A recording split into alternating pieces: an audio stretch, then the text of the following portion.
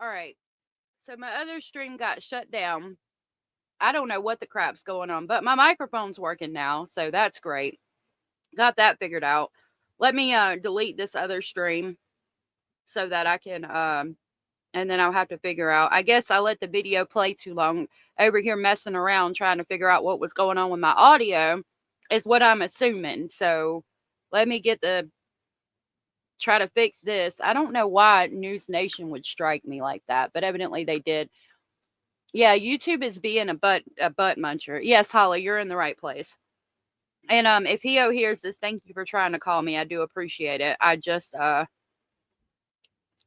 knew I needed to make another video or make another live stream. I don't know why it didn't come back either. A lot of times when that happens, it'll come back up. So that's weird. But anyway, okay, you dropped the new link in the other chat before it disconnected. Okay, thank you. So we got 4 minutes. I don't actually, you know what we'll do? I'm gonna string snipe. I'm gonna string snipe Hio for a minute. So y'all can let me try to pull her up.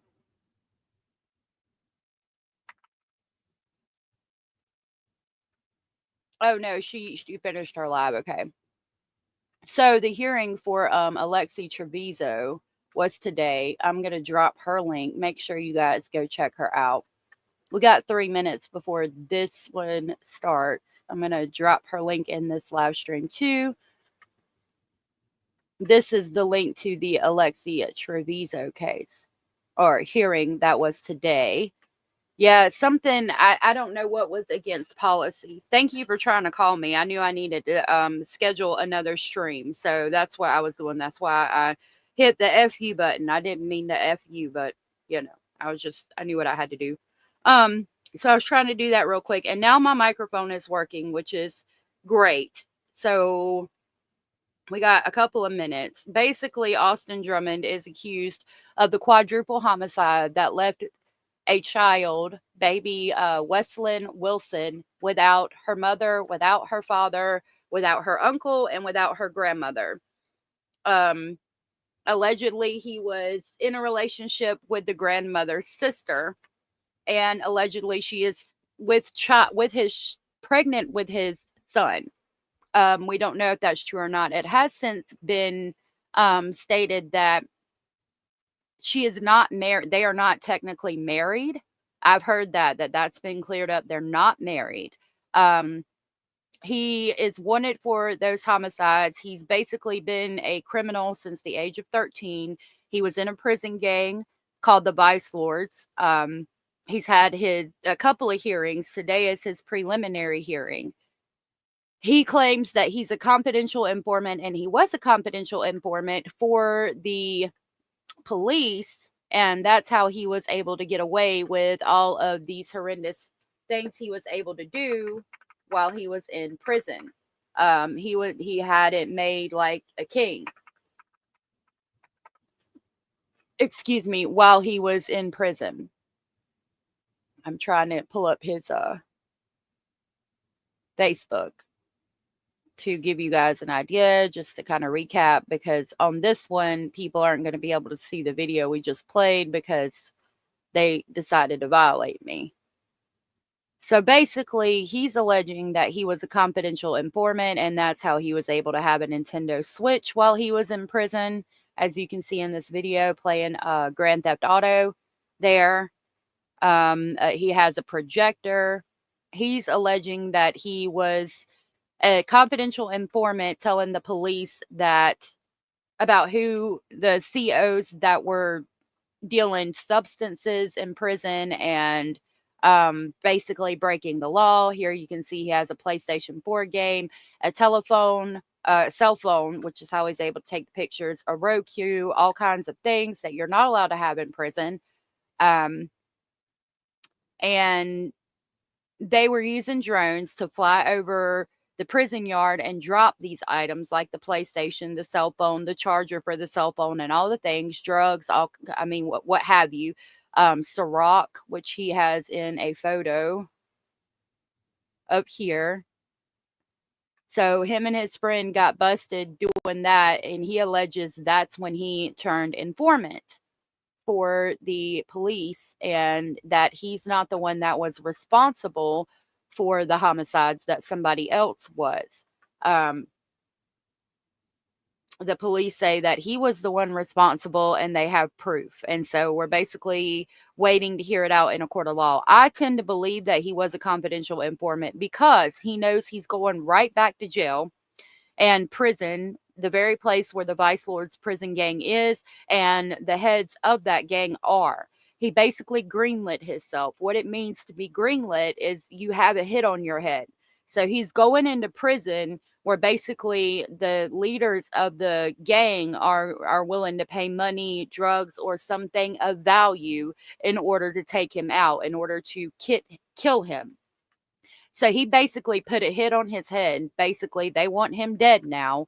And he did that because he informed people that he was a confidential informant for the police. I just don't see him coming out and saying that unless it was absolutely true. Okay. And thank y'all for being here with us. I'm a brat. Thank you for being here. Let's not forget Courtney's two younger children are also without parents, as the fathers of the two younger children are also in prison. Thank you for reminding me of that. Yes, the grandmother allegedly has two other daughters that are also without their mother, and then their fathers are allegedly in prison as well. Very sad story. I just, while we wait, I keep refreshing it, waiting for it to come up. We can jump over here, back over here, and listen to Nick Barris talk about or play the audio of Austin Drummond from jail. 5 hours ago, Nick Barris said, "Today we should learn much more about the case against accused quadruple homicide suspect Austin Drummond. There will be a preliminary hearing at 1 p.m. in Lake County, Tennessee." And again, that's what I have pulled up right here. I keep refreshing it, but as soon as it starts, the audio will cut on. This is unless Drummond waives the hearing. So that is okay. There will be a preliminary hearing today at 1 p.m. in Lake County, Tennessee, unless at last moment Drummond waives the hearing. This is where investigators will testify and present some of the evidence to have the judge send the case to the grand jury for indictments. Drummond is accused of the homicide of James Wilson, 21, which was Weslin's daddy, Adriana Williams, 20, which was her mama, Braden Williams, 15, which was her uncle, and Courtney Rose, 38, which was her grandmother. Courtney Rose also has two other daughters, I believe. That is 4 counts of first-degree homicide, and prosecutors are seeking the death penalty. As many of you know, we had an exclusive phone interview with Drummond not long after his arrest on August 5th. I'll be curious to see if prosecutors touch on any of the claims that Drummond made. Here are the key points. Drummond revealed he was working as a confidential informant after being approached by prosecutors. He claims to have assisted authorities, including the FBI, undercover to help in their crackdown on drug smuggling into jails and prisons, helping to arrest dealers, crooked cops, and gang member leadership. Drummond confirms he became a member of the Vice Lord's gang during a prior stint behind bars. He only learned his cover was blown the day of the homicides. Then when the homicide was committed of Braden, Adriana, Courtney, and Matthew or James, he ran. He admits he did the wrong thing by running, but said he was scared. My geese are so funny. He says he is innocent and had no reason to commit the homicide of the 4 individuals, all of whom he considered to be family. But Drummond does say, without explanation, he was somehow directly involved in the homicide. So Drummond denies the homicides. Lake County District Attorney Danny Goodman Jr. tells me he has no doubt in his mind that Drummond committed the homicide of the 4 and there was a clear motive. We may hear it at the hearing today. I believe it will be streamed live by the TV stations in Jackson and Memphis. So like me, you can watch. More to come. Come back over here. real quick. All right, Court TV is not live with it yet. Edith, thank you for gifting a membership. That was so very sweet and supportive of you. And I forgot to put the comments on the stage so everybody can see your comments. My geese are very happy that you gifted a membership too. I don't know if you can hear them in the background. Thank you so much for that, and I really appreciate it. Hold on just a minute. That membership went to Mr. J. Mr. J, if you are here and you are aware that Edith gifted you, please tell Edith thank you. Thank you so much, Edith, and I will grab the crazy train to pick you up on the way to Speculation Station. Thank you again.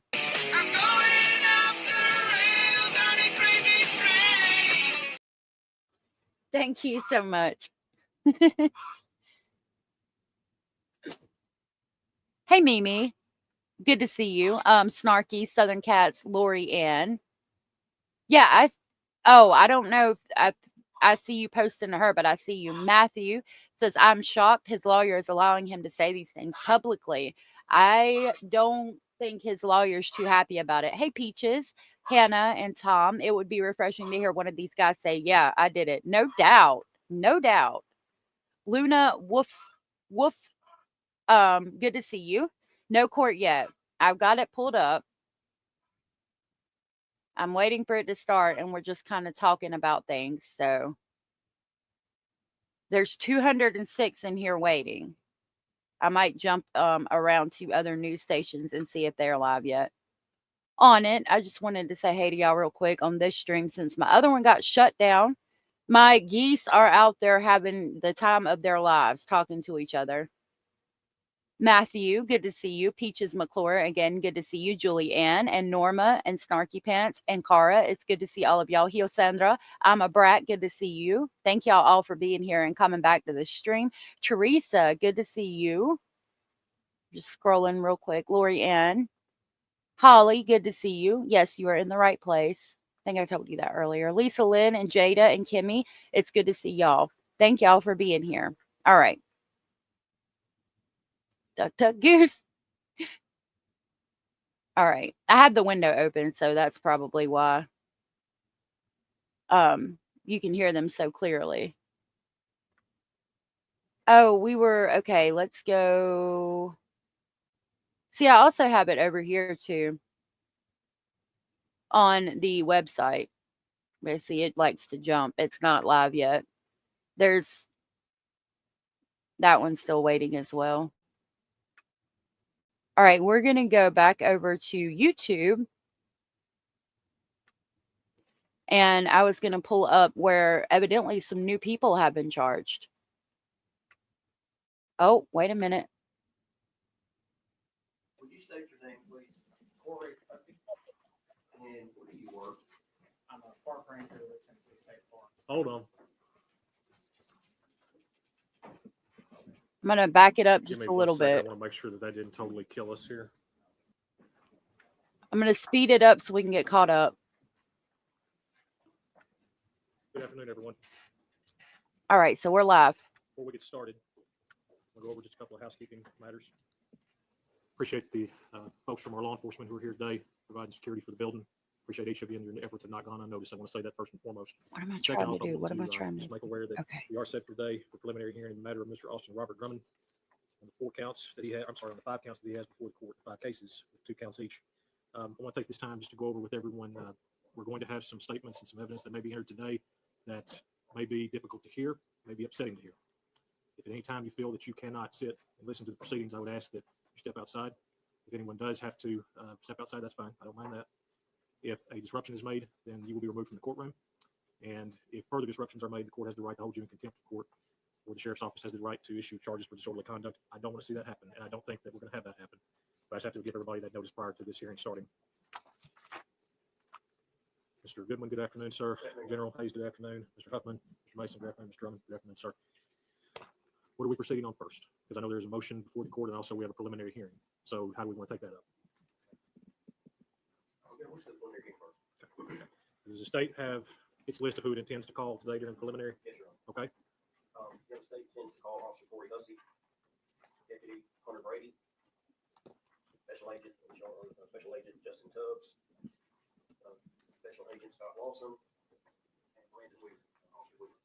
Anyone else, General? No. Is anyone from the defense going to be called for as a witness? Okay. Folks, if your name has been called, and I don't know all of you who they just called out, I know some of them, but those of you whose name was just called, you will have to step outside the courtroom while the others are testifying. Rule 615 of the Tennessee Rules of Evidence says that witnesses must be sequestered for that purpose. You cannot discuss the case with one another prior to your testimony. Who's the first witness for the state going to be? Okay, Officer Hussey. Everyone else who was called as a witness would step out at this time, and when we are ready for your testimony, we will have a deputy come outside to retrieve you at that time. Yeah, Special Agent Tubbs on that part. Yes. The court will take note that Special Agent Tubbs is the prosecuting witness designated by the state of Tennessee. Mr. Huffman. On the left side of Harrington Road. Do you know what type of vehicles they were? One was a black Dodge Charger, one was a Chevrolet Traverse, and the other was a Nissan Rogue. Thank you, sir. And Officer Hussey, be sure if you would speak into the microphone. I'm going to tell you what they said while we listen to it real fast. And I appreciate our IT folks for that, but just be sure to speak into the microphone clearly because we are recording. Okay, thank you. All right, would you state your name, please? Corey Hussey. Corey, I'm a park ranger with Tennessee State Park. Hold on. he's a park ranger for the Tennessee State Hold on Parks. 1 second. I want to make sure that they didn't totally kill us here. I know it's fast. I'm going to tell you what they're saying until we get caught up, which we will be in just a second. All right, you tell me again who you work for. I'm a park ranger for Tennessee State Park. Okay. And how long have you had that position? I took the position in June 28th, June 28th. 2025. I'm sorry. 2025. Okay, June 28th. He's been a park ranger since June 28th of 2025. 2025. Do you recall if you were working on the day of July 29th of 2025? Yes, I was. Okay. And as a part of your job, do you routinely patrol state parks and specifically around River Lake area? Yes. He was working July 29th of 2025. Is that something that's just part of your duties that you do that? Yes. How many parks are there that you have to actually patrol daily? One park, River Lake State Park. Okay. Are there individual smaller parks within full Lake Park area? Yes, sir. There are individual units. They're all attached. There's individual smaller parks Is there one around. on, Carrington Road in Lake County? So the Carrington Road location is state land managed by TWRA. However, we operate programming and court from an area on Carrington Road. Okay. So I it's not can't hear actually a it. park, right? It's just an area that's owned by the state and it's actually used by the state. Yes. Is that area actually near the Northwest Correctional Complex? Yes, sir. Just an estimate, how far would you say it is from that area? Maybe a mile. Okay, they're talking about the area that's close to the complex, the prison yard where they were using the drones to drop the shit. It's a park that's about a mile away. It's not necessarily a state park. It's just owned by the Is that state. here in Lake County, Tennessee? Is that area that we're talking about? It's in Lake County. Yes, sir. While you were patrolling that area on July 29th, 2025, did you notice anything unusual or anything that caught your attention that day?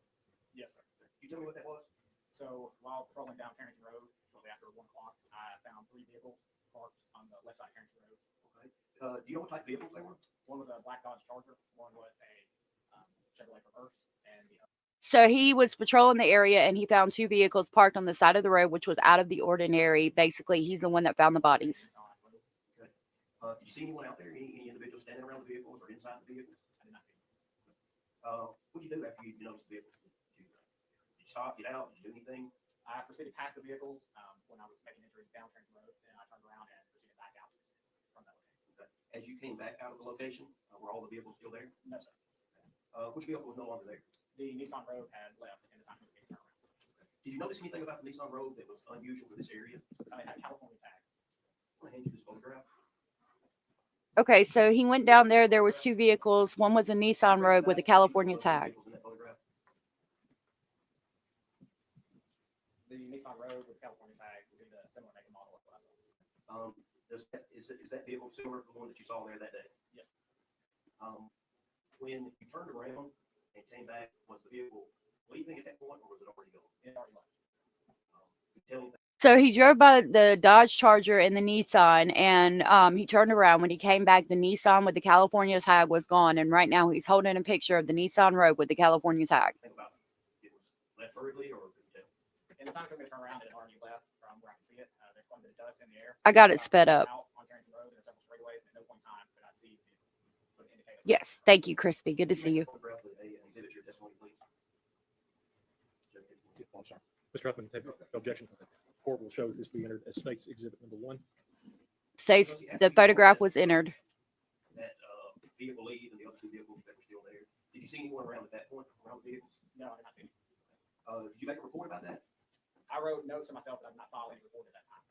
Did you later tell someone about that? Yes, sir. And who was that? My manager, Bill Roberts. What made you tell him about that incident? Later that evening, he messaged me that there had been an incident on Carrington Road. Okay, so he made a note of it but didn't make a report. Later that evening, he got asked about it. And at that point, what did you tell him? I immediately called him and told him that I had been there earlier that day and had seen those vehicles. And was that information passed on to local law enforcement?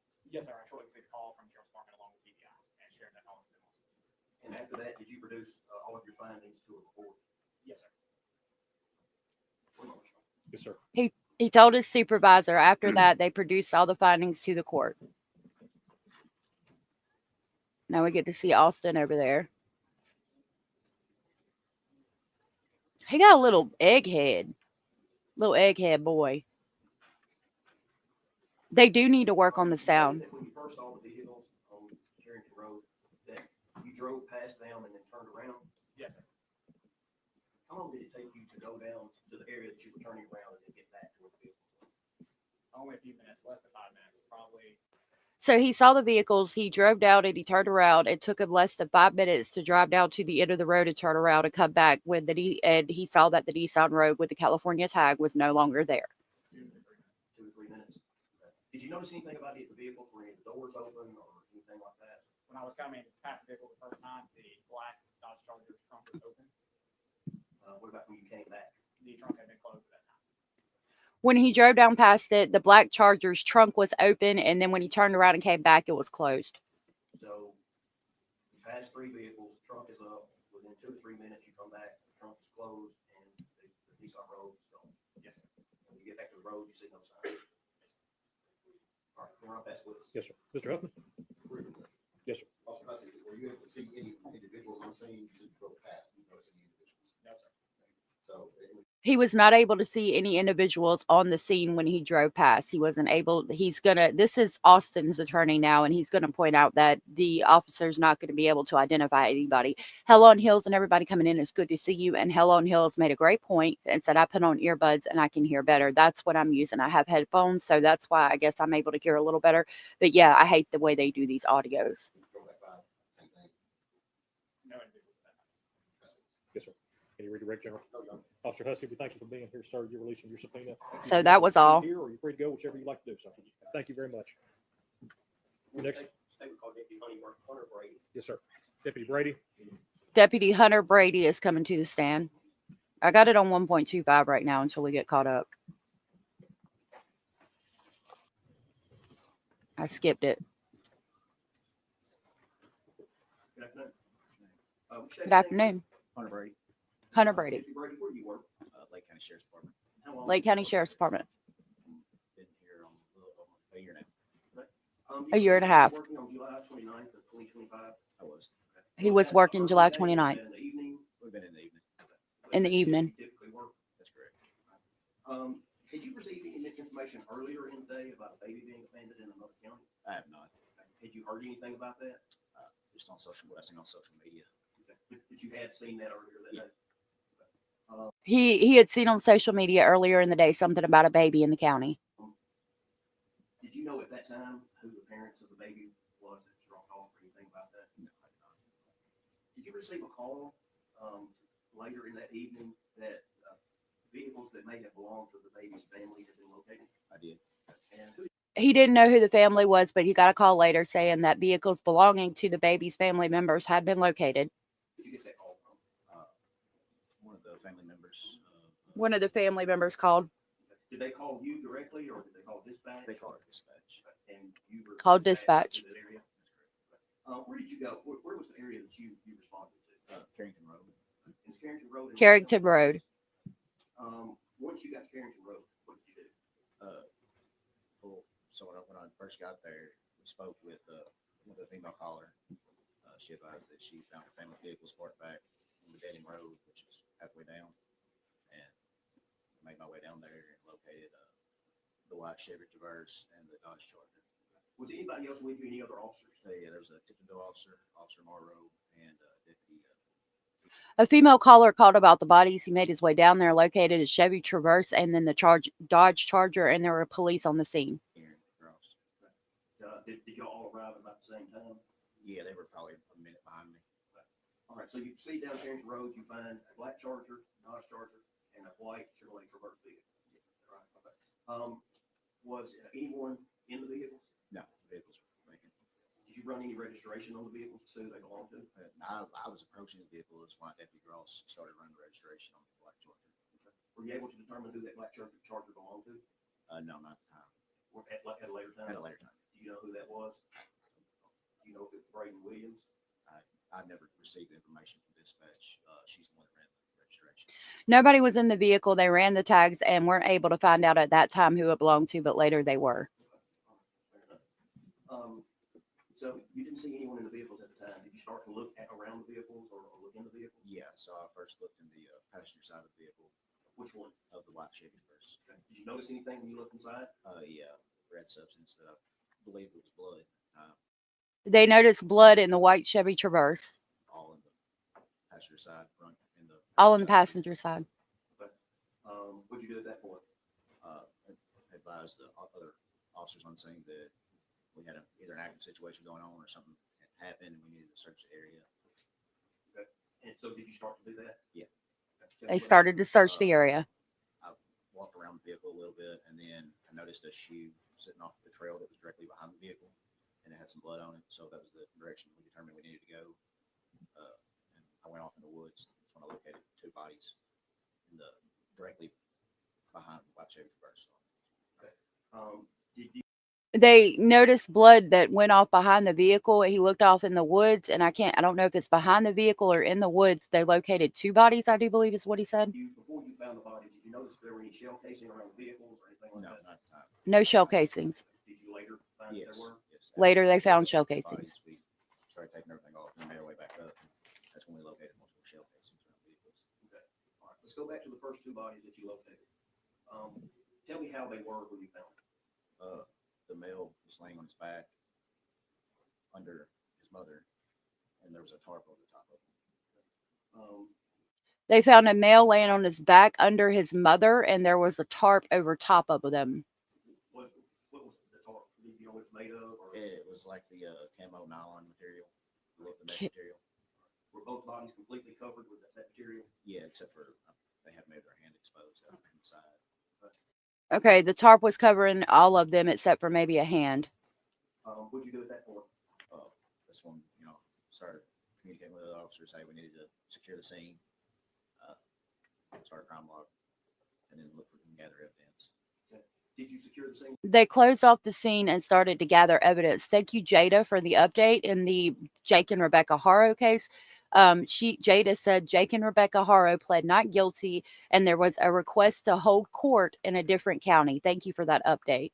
Supero, interesting live. Thanks for going there. Just this locale brings to mind Holly, Bo, rest in peace, young lady, nursing sister, student, daughter, someone's love. Oh, I'm sorry. Thank you for sharing that. At the time?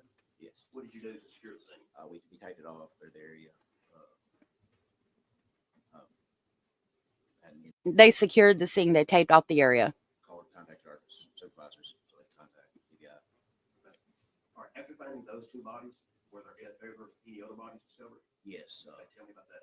It was after Dyer County arrived. One of the Dyer County deputies noticed a shoe on the south side of the road. Okay, so after they found those two bodies, one of the Dyer County deputies noticed a shoe on the side of the road. And I was standing with him. And I noticed some red pools, what appeared to be blood. He was standing with him. He noticed some red pools of blood. Which is kind of shining in the woods. And you can see two more bodies under tarps. Now, was this And then on that side of the road in the woods, they saw two more bodies under tarps, I think is what he said. in the same area as the original two that you found? No, this would have been south of them, across the gravel road. It was in the same area, but it was.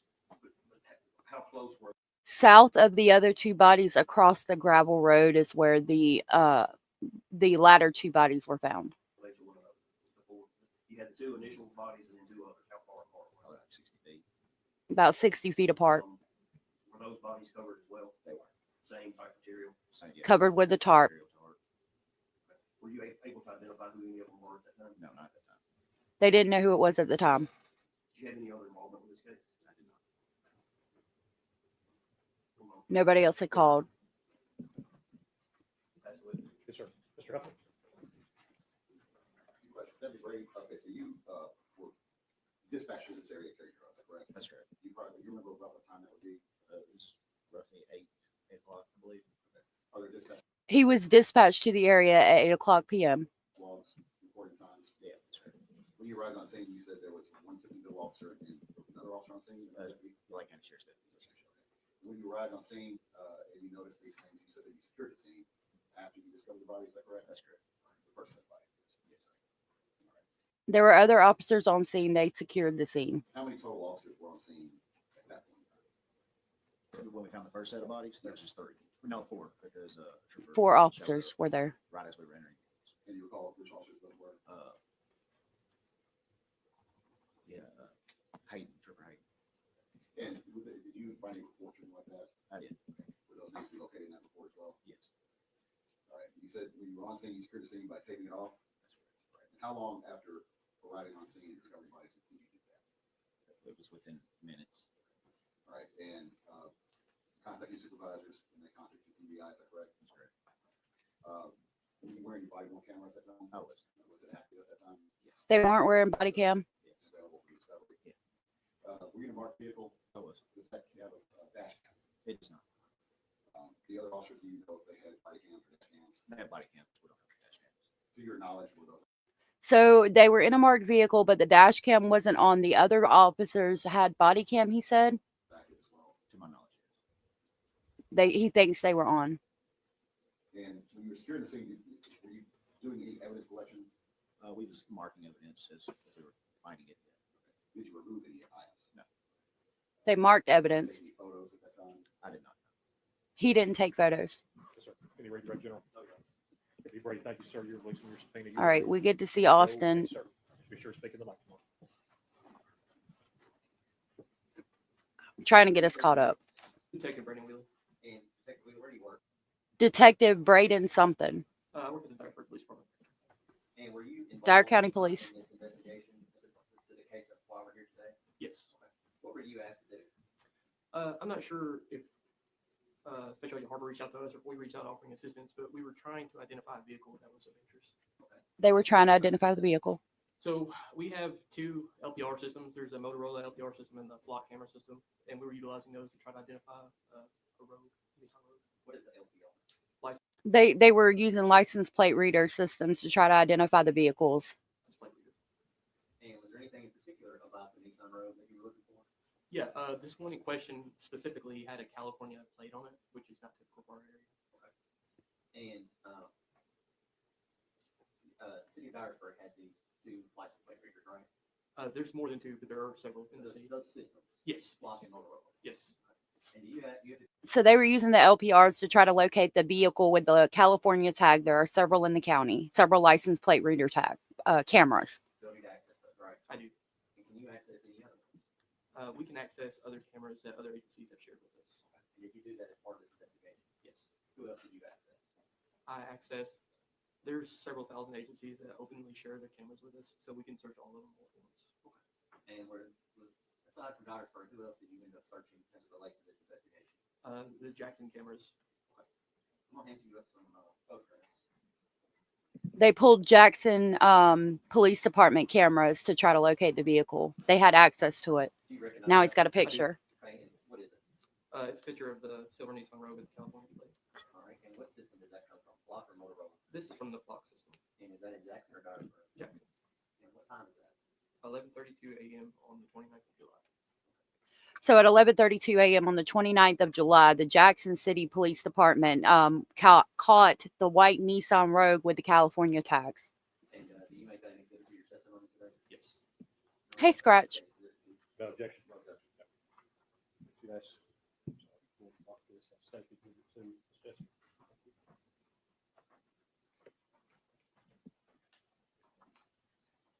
And Officer Wheeler, do you recognize what's also been handed up to you now? I do. And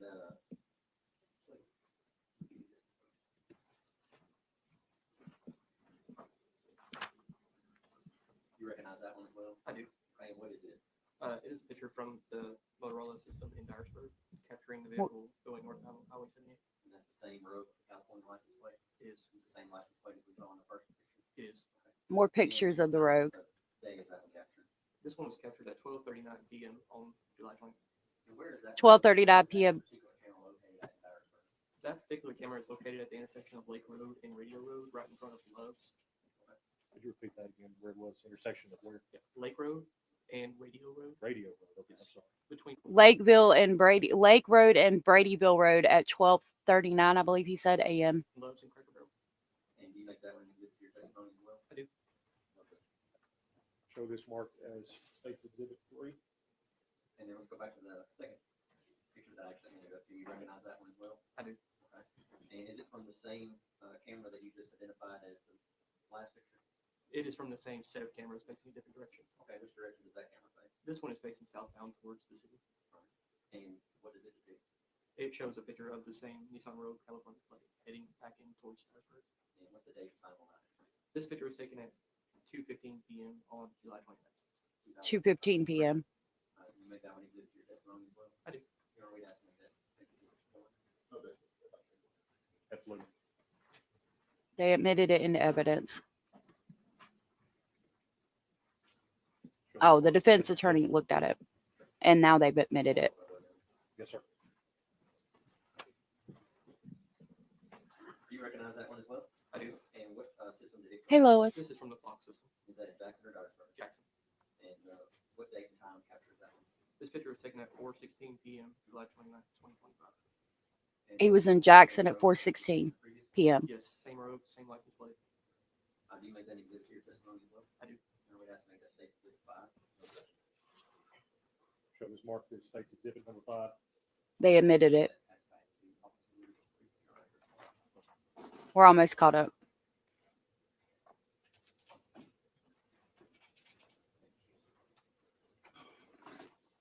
Officer Wheeler, on that last photo, was there anything of significance that you noticed? Yes, this is a photo taken from the front angle of the vehicle, and you can see the driver in this photo. And can you describe the driver? The driver appears to be a white male, has a goatee, and looks very similar to the lieutenant. And is there anything that you noticed about the vehicle in that photograph? Yes, so the vehicle in this photograph appears to be much dirtier, especially around the wheels and the rims, than it was previously earlier in the day. You're not passing. So on that one, they were able to identify Austin Drummond driving it, or somebody that looks like him, because it's a front picture of the video of the vehicle, and the vehicle is dirtier than it was before on the other pictures that were caught by the other cameras. Yes, sir. Mr. Huffman? A few questions. Thank you, Wheeler. So you were asked to look for a Nissan Rogue California place, correct? Hey, Wolfpack. I don't remember the exact parameters, but I believe we were looking for a Rogue and California plates. Did you have a plate number? No, sir. Once you located the vehicle in the photos that was presented to you, did you continue looking for other Nissan Rogues with California tags? Yes. Did you find any more? No. And the only photo, I believe, exhibit 5, was the front view of the vehicles. There were other ones from the rear, is that correct? I don't remember exactly, but I think they were all from the rear. And then the one on exhibit 5, which is, Yes. that's all. Any redirect? They were only asked to look for Nissan Rogues with California tags, Your next witness, General.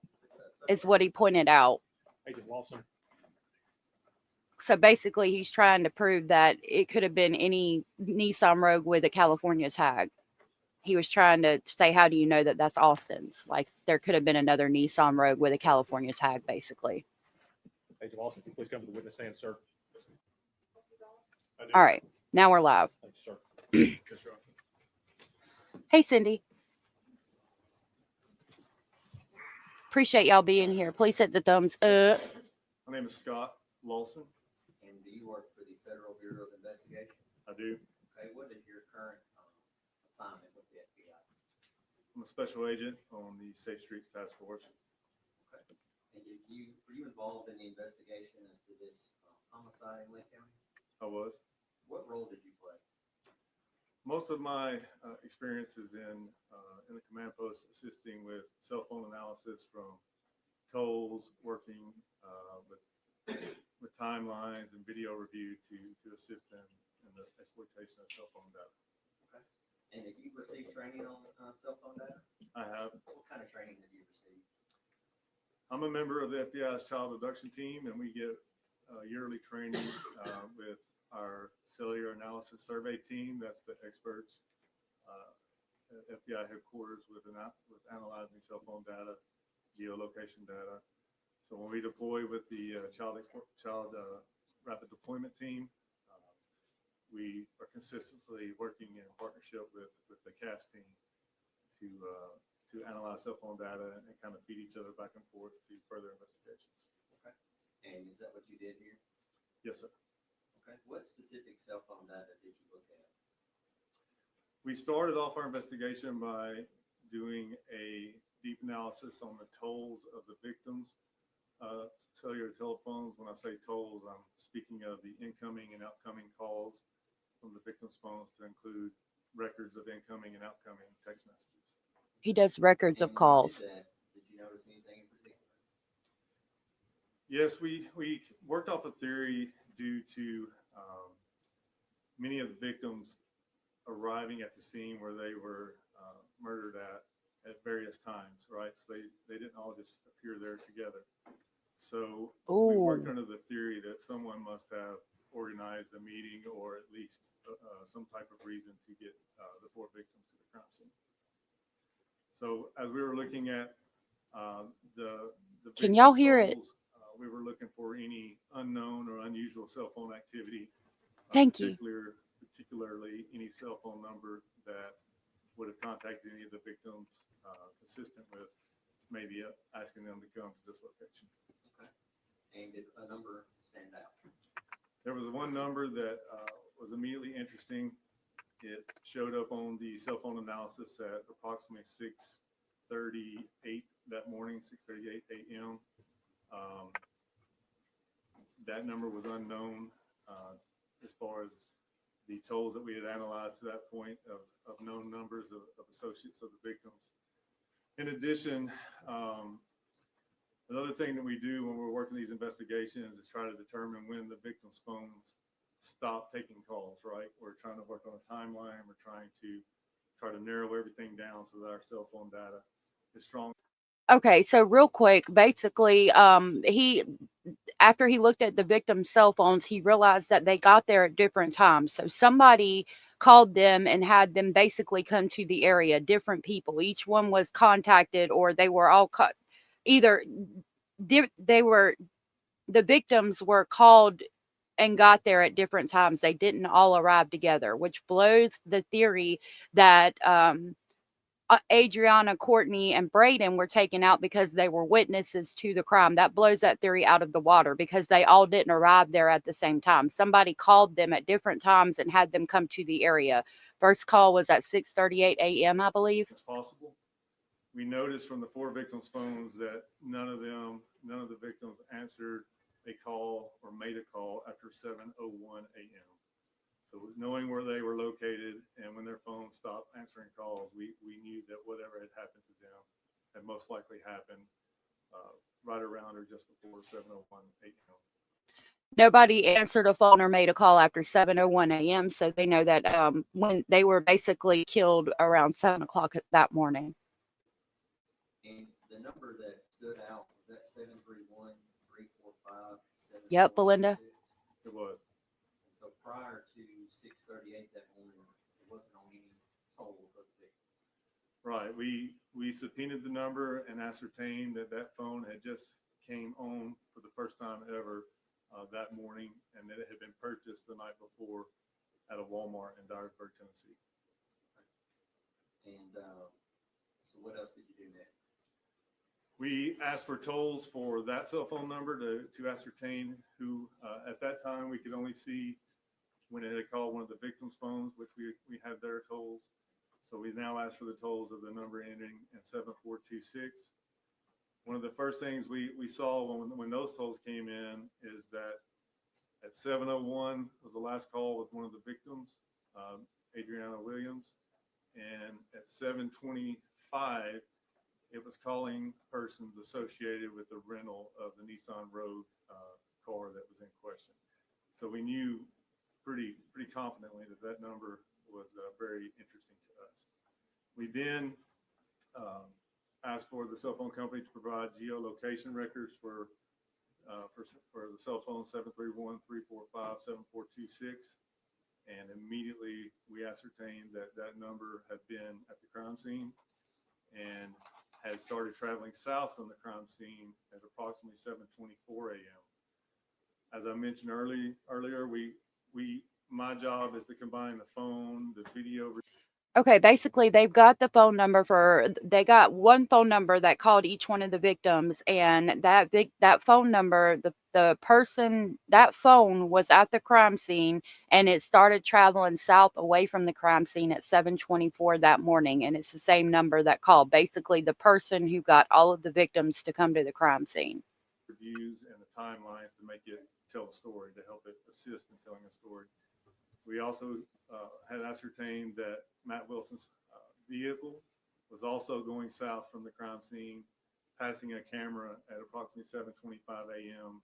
And the cell phone data put this newly identified cell phone number passing that same camera at a time consistent with Matt Wilson's truck going southbound. And Mr. Wilson's truck is a late 80s F-150. That's correct. Can I ask one thing? I'm sorry. When you say passes the camera, are you referring to the camera that, where was that camera? I should have been more specific. Yes, sir. So I apologize. no, absolutely. There was a fire station on Highway 78 just north of the main intersection here, headed towards the crime scene. And that was the video that caught the F-150 traveling southbound at 7:25 a.m. There had been some testimony about cameras, and I was trying to make sense of which one it was talking about. So, yes, sir. Apologize for interrupting the agent. Yes, sir. All right, Agent Lawson, you had mentioned that 7426 called a number associated with the rental. Can you explain that? Yes, due to some good work performed previously, there was a Nissan Rogue that had been identified that had been rented in Jackson, Tennessee the day before and picked up on the morning of the homicide. This vehicle was captured on license plate readers going northbound towards the crime scene and then going southbound away from the crime scene at a time later in the afternoon. In addition, there was some identification of the vehicle from a park ranger being seen at the location. The investigative team followed up with the rental agreement and with Enterprise Rental Car to learn about who had rented this vehicle and identified a Michelle Obelis, I may not pronounce the last name correctly, Obelis, as being the renter. As that investigation continued, she had identified that the vehicle had been given to Austin Drummond and rented on Austin Drummond's behalf. And did she have any connection to the defendant, Mr. Drummond? Her boyfriend, Giovante Thomas, was closely associated with Austin, and she was also closely associated with an individual named Tanaka Brown. Our phone toll analysis identified that at 7:25, as that number 731-345-7426 was leaving the crime scene, it was jumping on a three-way conference call with Tanaka Brown and Giovante Thomas. Okay. And then what happened next? So obviously at this point, we were extremely interested in just learning everything we can about the user of this telephone number. We learned that upon departing the crime scene, it traveled to an area in Dyersburg commonly known as Bikini Bottoms. Bikini Bottoms used to be like an off-road recreation vehicle area for ATVs and such. When the phone arrived, and a point of interest, as this phone is traveling south towards Bikini Bottom, one of the victim's phones is traveling in concert with that phone. So that was very interesting to us as well. Both of those phones got to the Bikini Bottom area, and the phone 731-345-7426 arrived at Bikini Bottom at approximately 7:44 a.m. and stayed in the area to approximately 9:04 a.m. Based on what we do with violent crime investigations and the knowledge base that we have, we theorize that something as far as getting rid of evidence or weapons or something had happened at that Bikini Bottom area. And in fact, did it? It did. There was, based on the phone data and the investigation in whole, search parties were organized to go to Bikini Bottom On the day that these phone tolls were being worked, they initially found a Tennessee driver's license for Matthew Wilson. And the next day, we found Mr. Wilson's vehicle down the ravine there at Bikini Bottom. And that's the late 80s.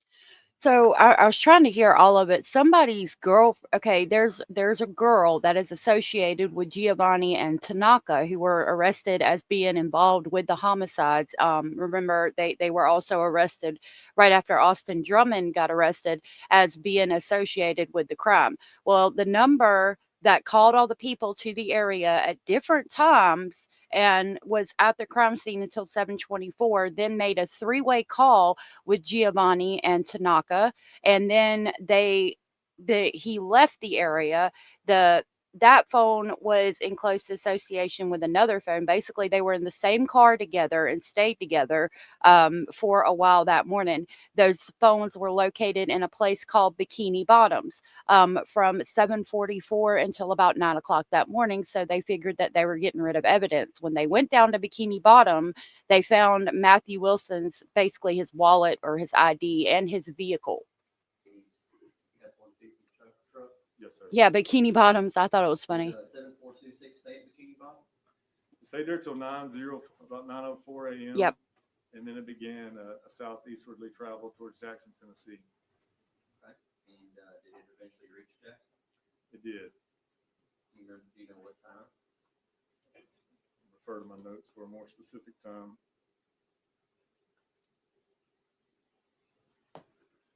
We saw it arriving in the Jackson, Tennessee area at approximately 10:04 a.m. And where did the phone go while it was in Jackson? The phone first travels to an area consistent with the Clarion Hotel in Jackson, Tennessee. It then moves towards the Cherry Grove Apartments, and then eventually towards back up towards Dyersburg. Okay. Let's stay in Jackson for a minute. Was there any significance to the Clarion Hotel? Through the investigation, the Clarion was identified as a place where Austin Drummond resided regularly and potentially used as a place to organize criminal activity. And what's the vehicle at the Clarion? The information from the investigation is that his personal vehicle, the Audi, was at the Clarion. Mr. Tanaka Brown, who picked him up at Bikini Bottom, drove him back to his vehicle at the Clarion, and then followed him to Cherry Grove to depart, to leave the Audi sedan. Is there any significance to the Cherry Grove apartment? Cherry Grove Apartments is where Mr. Drummond's girlfriend, Katlin Speed, resided. The investigation revealed that when his vehicle was departed at the Cherry Grove apartment complex, that he ascertained some cleaning style brushes at the apartment. And then you said after that it starts moving back north towards Dyersburg? There's a little time with it still being in Jackson, but by 11:55 a.m., the phone began a northwestern travel towards Bells, Tennessee. And then it reaches Dyersburg? We have the phone in conjunction with the license plate readers being in Dyersburg at 12:39 p.m. and by 1:04 p.m. being back north of Tiptonville near the crime scene. And did it stay at the crime scene very long? The phone appeared to stay, and just one note of reference for an education and this geolocation stuff with phones. You get these records either when a phone call is placed, a text message is placed, or some type of data transfer between the phone and the network. So Instagram sends you a notification, or your bank pops up and says you overdrafted, like any kind of data transfer, you'll get a location data. But a person could be at a place a couple minutes before, and we would not see that due to if there was no data transmission. Could stay at a place a couple minutes after. These time frames were based on a call being made or a data transfer happening. So the last data transfer we saw near the crime scene was at 1:14 p.m. All right, and then what happened? 138, we started seeing timing advanced data southbound from the crime scene. Timing advanced data is how a cellular tower communicates with the handheld phone device. So in a nutshell, the cell phone towers that you see have 3 sectors that cover a 360-degree circle. Each of these sectors cover approximately 120 degrees. When the phone is on the network, it's constantly sending some type of signal to the phone to determine how far away it is from that network. And the primary reason is a business sense from the phone company. They need to know which tower that phone should be using to have the strongest reception or the strongest data capability. So as that ping is going to that phone and coming back to that tower, if it's getting a little too far away or maybe a little closer to another tower, it'll tell it to start communicating with the stronger tower. So what we can do in law enforcement is we can ask to obtain that timing advanced data. And what that will do is say, when the phone was making that call or having that data transaction, what sector is it on, what 120-degree arc from the tower, and how long did it take that communication to go to the phone and back. So if you have 120 degrees and you're measuring the time from the tower to the phone and back, you're able to say that phone is somewhere in that arc that represents the amount of time from the tower and back. So 138, you start seeing timing advanced data moving south from the crime scene? That's correct. Okay. And what happened next? Still tracking south towards Dyersburg through 2:14 p.m. Then we have another license plate reader hit in Dyersburg at 2:15 p.m. From the next timing advanced data of significance was from 2:32 to 2:35. It was tracking towards Friendship, where the 8-month-old Westland was dropped off. The phone hit a arc right over the house where the baby was dropped off at approximately 2:35 p.m. Did you say the phone hit an arc? What does that mean?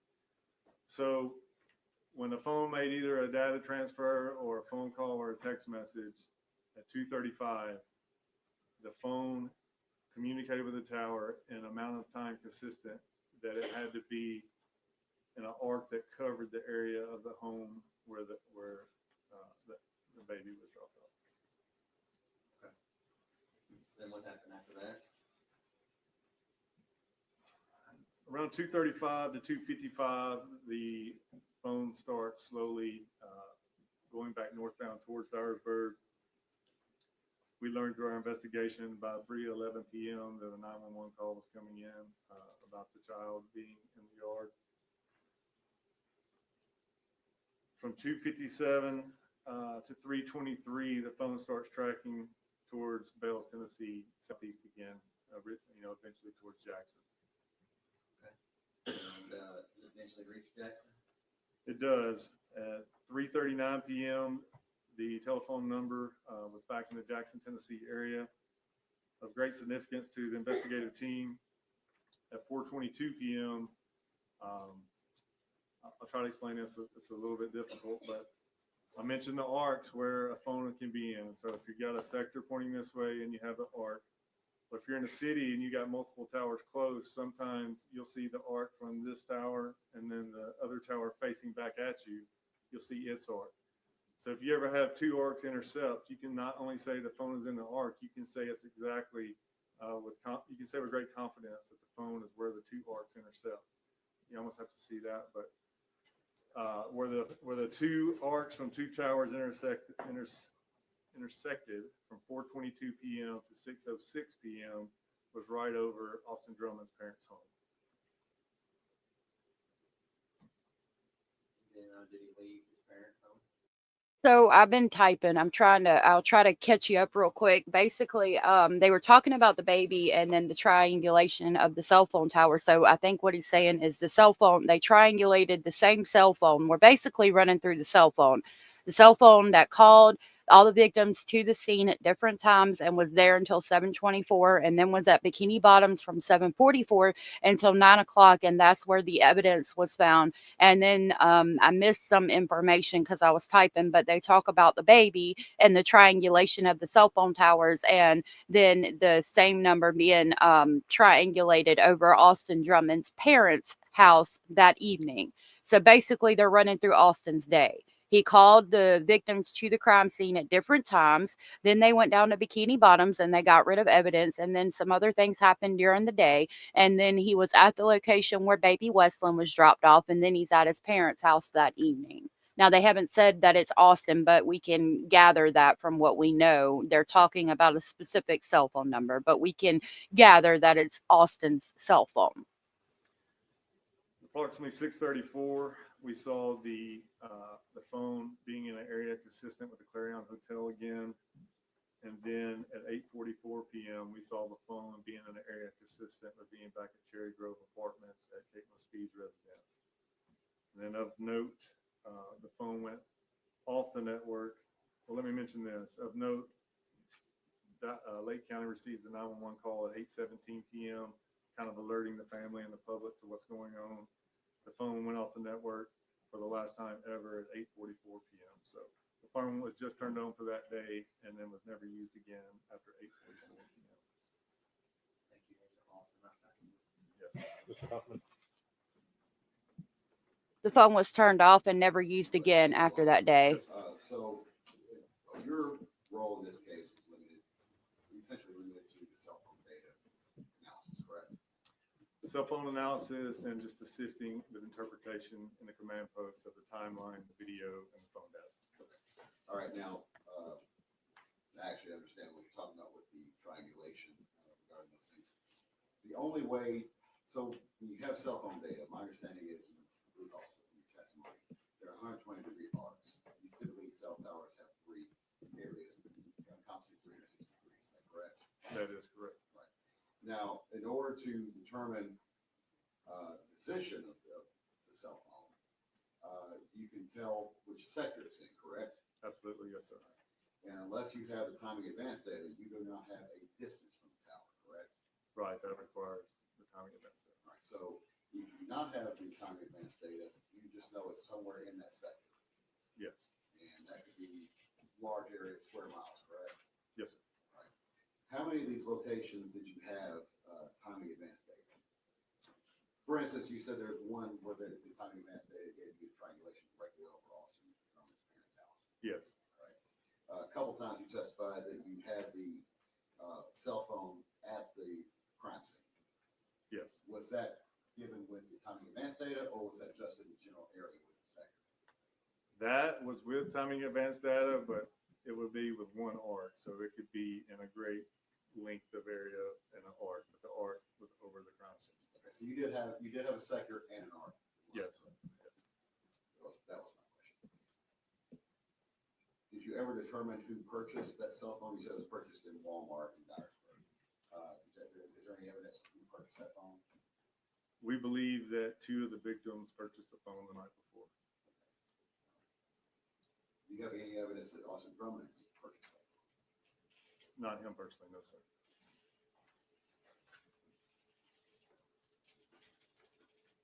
In Bikini Bottom, you said that you located the Tennessee license of Matthew Wilson as well as his truck in Ravine, correct?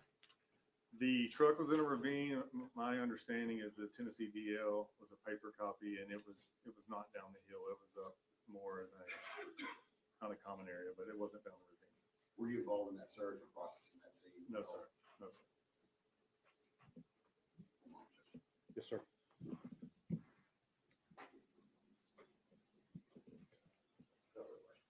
Any redirection? No, Your Honor. Agent Clark, Basically, thank you very much, sir. Yes, sir. Thank you. Your next 2 of the witness, General. victims bought burner phones Congratulations, Justin Tubbs. the night before. Please come to the witness stand, sir.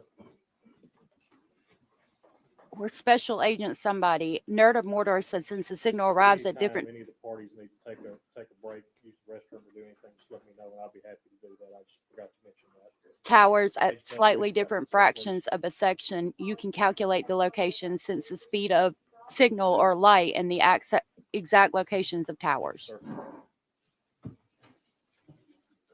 Thank you guys for the sweet comments.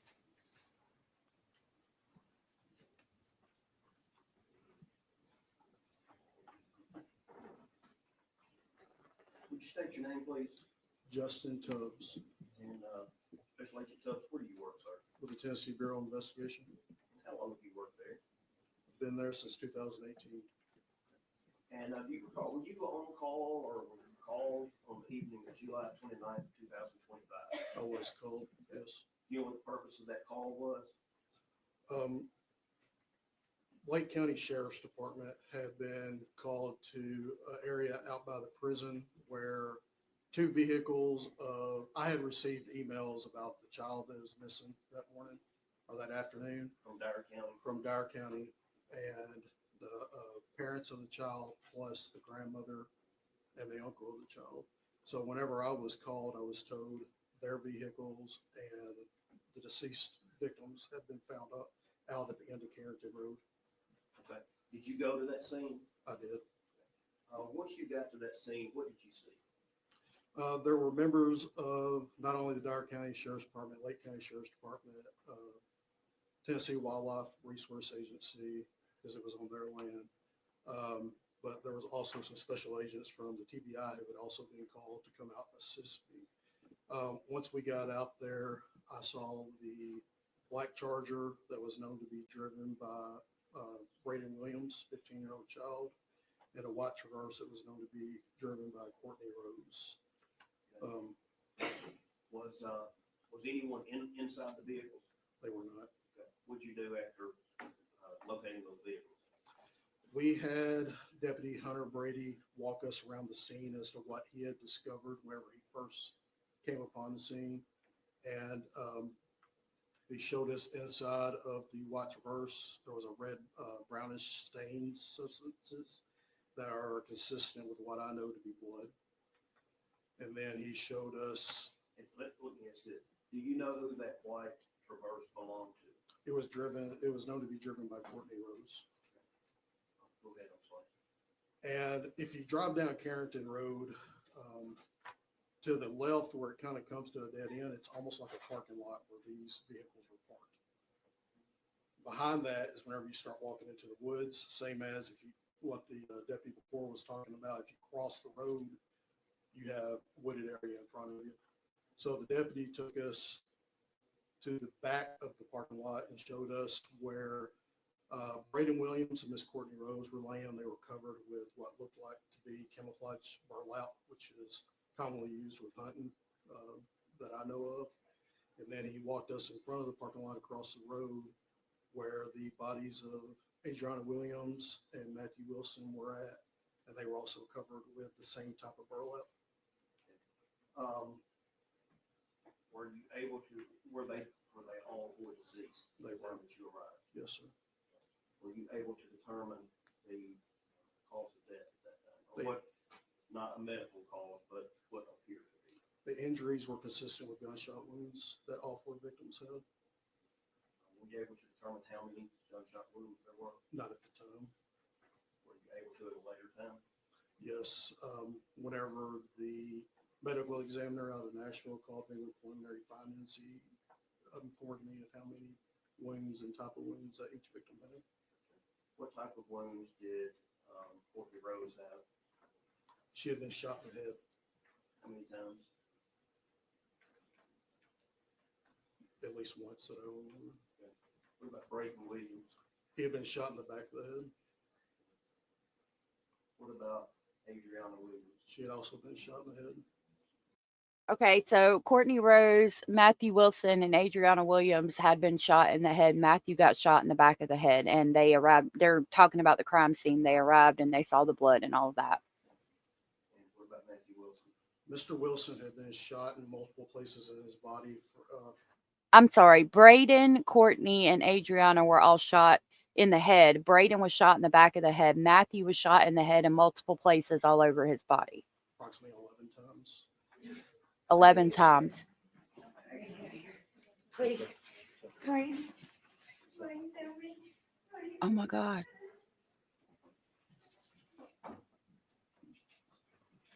Somebody is, I think that was probably his mom.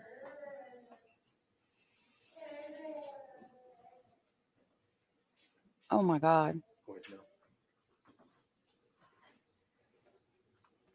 Was there you had said earlier that there was an incident that had been found in Dyer County. Yes, sir. I assume, did you find any Oh my God. evidence of an incident that may have been there? I didn't see any evidence in the vehicle at the time. Whenever we realized the totality of the scene, myself and my immediate supervisor that was on the scene, we decided to call the violent crime response team that TBI has, and we stepped back away from the scene and secured it until they got there. So they called violent crime at that time. What just happened was somebody that's related to the family that had a microphone on, I do believe, could have been a witness, just started like hyperventilating and saying they had to leave when they heard that Matthew Wilson had been shot approximately 11 times. And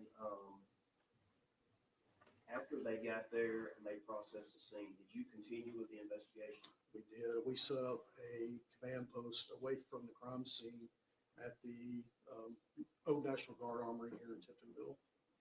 Were you eventually able to develop a suspect in these homicides? We were a person of interest, yes. And who was that? Mr. Austin Drummond. Did you see him in court? I do.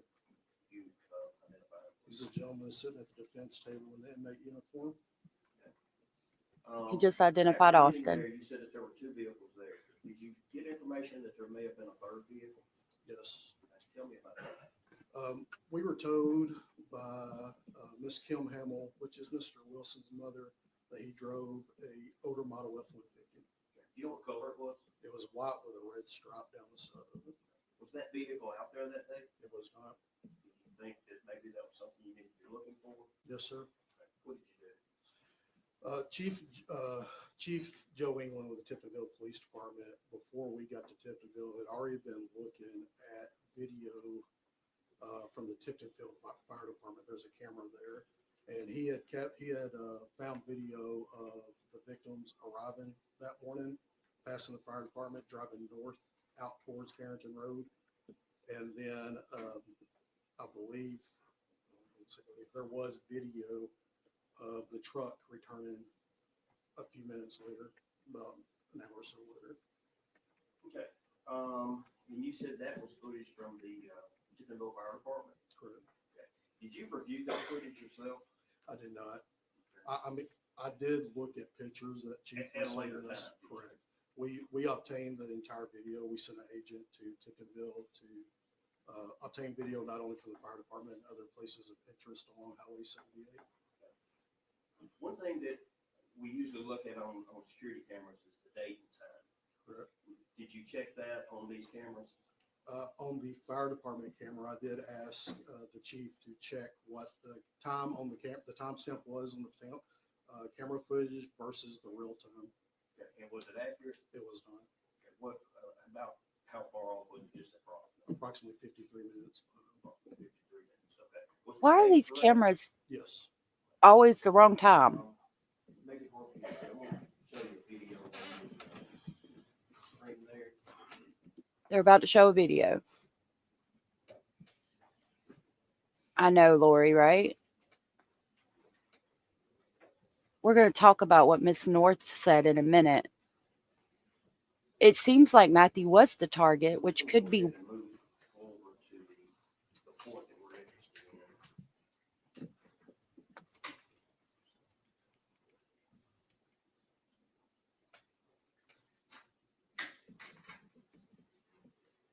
General, while you're pulling that up, I want to ask one question. You're saying, I just heard a moment ago, you said on the time period right there, which is marked in the right-hand corner of the screen, bottom right-hand corner, that is actually, if it's saying 5:35, it's actually 53 minutes ahead in time. Is that what you're saying?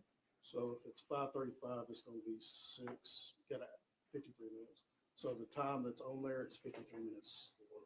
Okay, so it should be 6:28 or 6 somewhere around. Approximately. Okay, Yes, sir. I just wanted to make sure of that. Thank you. Okay. I want you to look at this camera that in the fire department. Tell me if you can tell me what these. I'm sorry. Let me back just a second.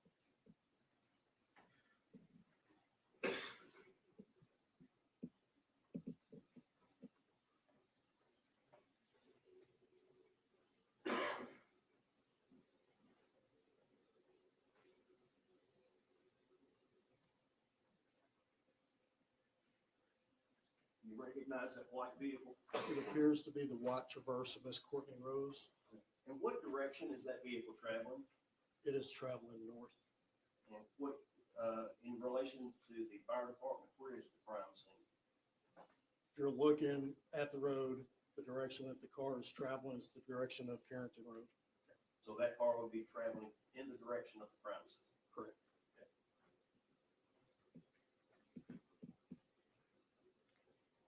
And then you recognize that vehicle? It appears to be the vehicle that Mr. Braden Williams would have been driving. And this would have been, since the time is all approximately 6:28, somewhere around that time. Correct.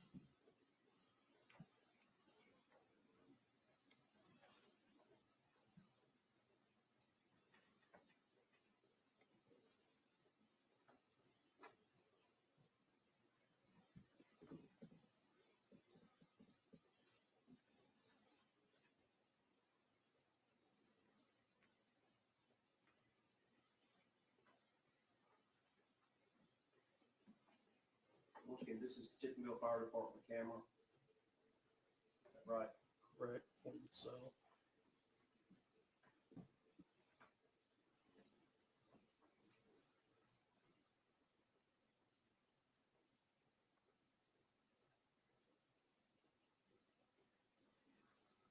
You recognize that vehicle? I do. That is the vehicle that appears to be driven by Mr. Matthew Wilson. And is that the vehicle that was not at the scene that you were looking for? It was not at the scene. And the time, once again, it's not correct. So is it approximately 20, 22, 23 minutes after the first two vehicles came by? That's correct.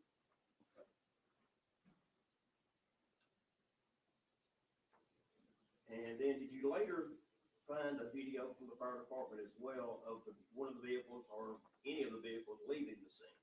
We did. Was there a video of all three vehicles leaving? No, sir. How many vehicles were actually leaving the scene? It was a video. On this video, it only captured the truck of Mr. Matthew Wilson. Was it Mr. Matthew Wilson in the truck or was it just his truck? It was just his truck, from what I can tell. I couldn't see. I can't ascertain who was in the vehicle.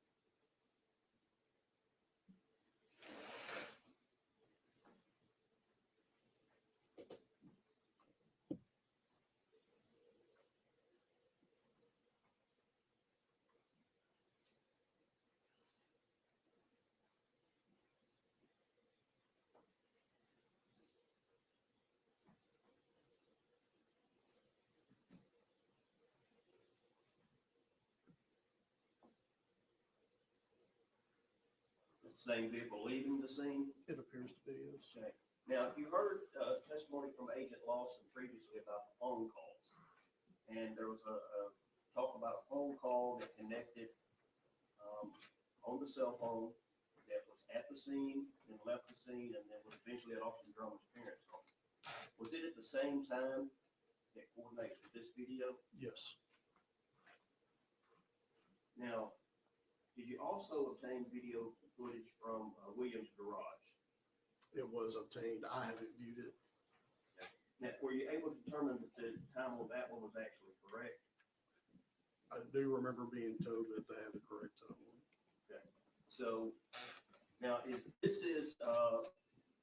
this south of the fire department? It is heading back towards Dyersburg. Okay. So if you're coming from Dyersburg to the crime scene, this camera would have caught the vehicles first and then the fire department. Right. The Mexican restaurant here to the left of the screen. And then you have the mural that's painted on these little grain bins or chemical bins.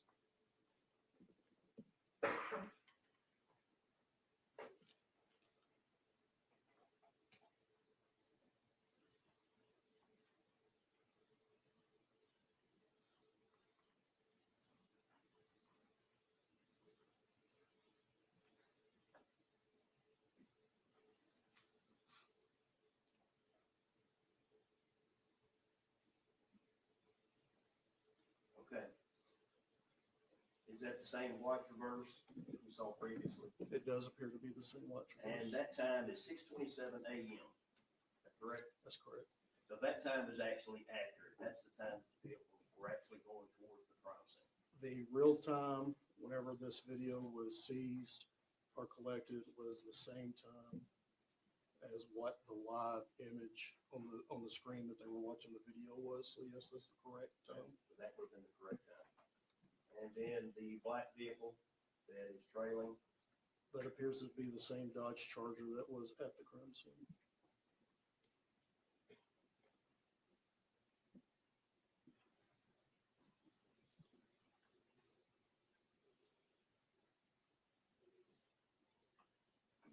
I'm glad they have videos.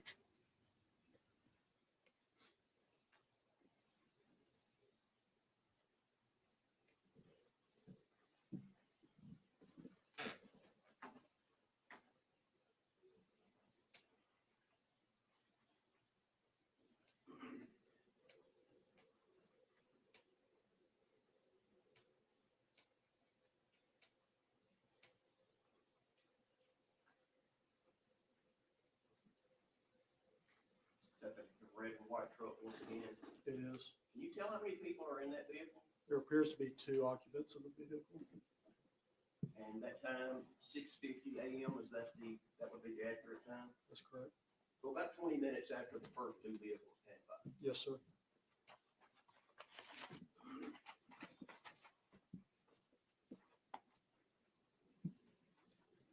going to show you one other.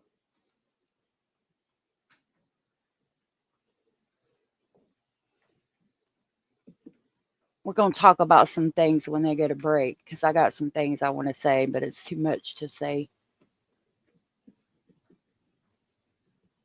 Yep. Yep, Belinda. Yeah, pretty much. But there was other people there allegedly. People now leaving the crime scene, It appears to be and once again, the time on that. 07:25 a.m. So approximately 30 minutes after we passed by the first time.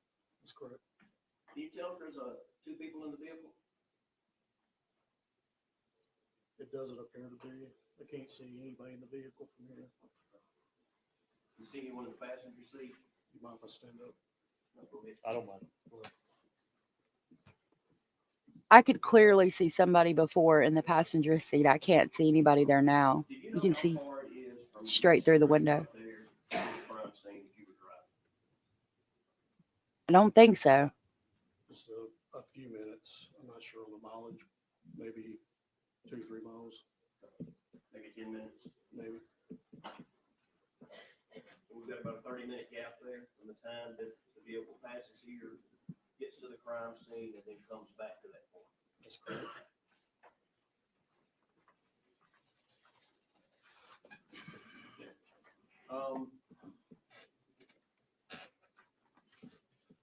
Did you later find that red and white vehicle? We did. Where was it found? It was found in the Bikini Bottoms area. The day before, the paper copy of Mr. Wilson's driver's license had been found. I believe it's commonly known as the 3 Cross Memorial or the Karen Swift Memorial. It had been found by some citizens. We had some people go out there and collect it. The agent at the time believed he saw, it was getting close to dark, believed he saw some tire tracks going down the gully, the ravine, whatever you want to call it. So we set up a search for the next morning. That morning we had TBI out there, Tennessee Wildlife Resources, members of the Dyer County Sheriff's Department, and they found that truck down that ravine covered by kudzu bones. Now, let me go back one other thing. The video that we just showed, the truck as it was leaving Tiptonville, was at 7:25 a.m. Okay. When you heard the testimony of Agent Lawson, did you hear him testify that there was a 3-way call taking place at that exact time, 7:25 a.m. Yes, sir. between Austin Drummond and Sonata Brown?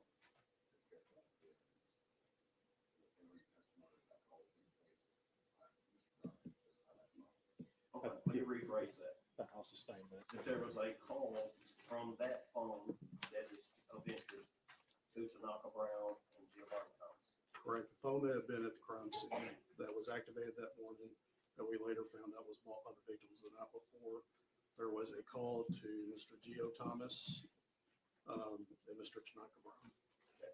And at that exact time that it was passing that Mexican restaurant, 7:25 a.m., the call was being made. Approximately correct, the exact time. Yes, sir. All right, so now let me go back to the vehicle that was found. Did you receive any information about how the vehicle got there?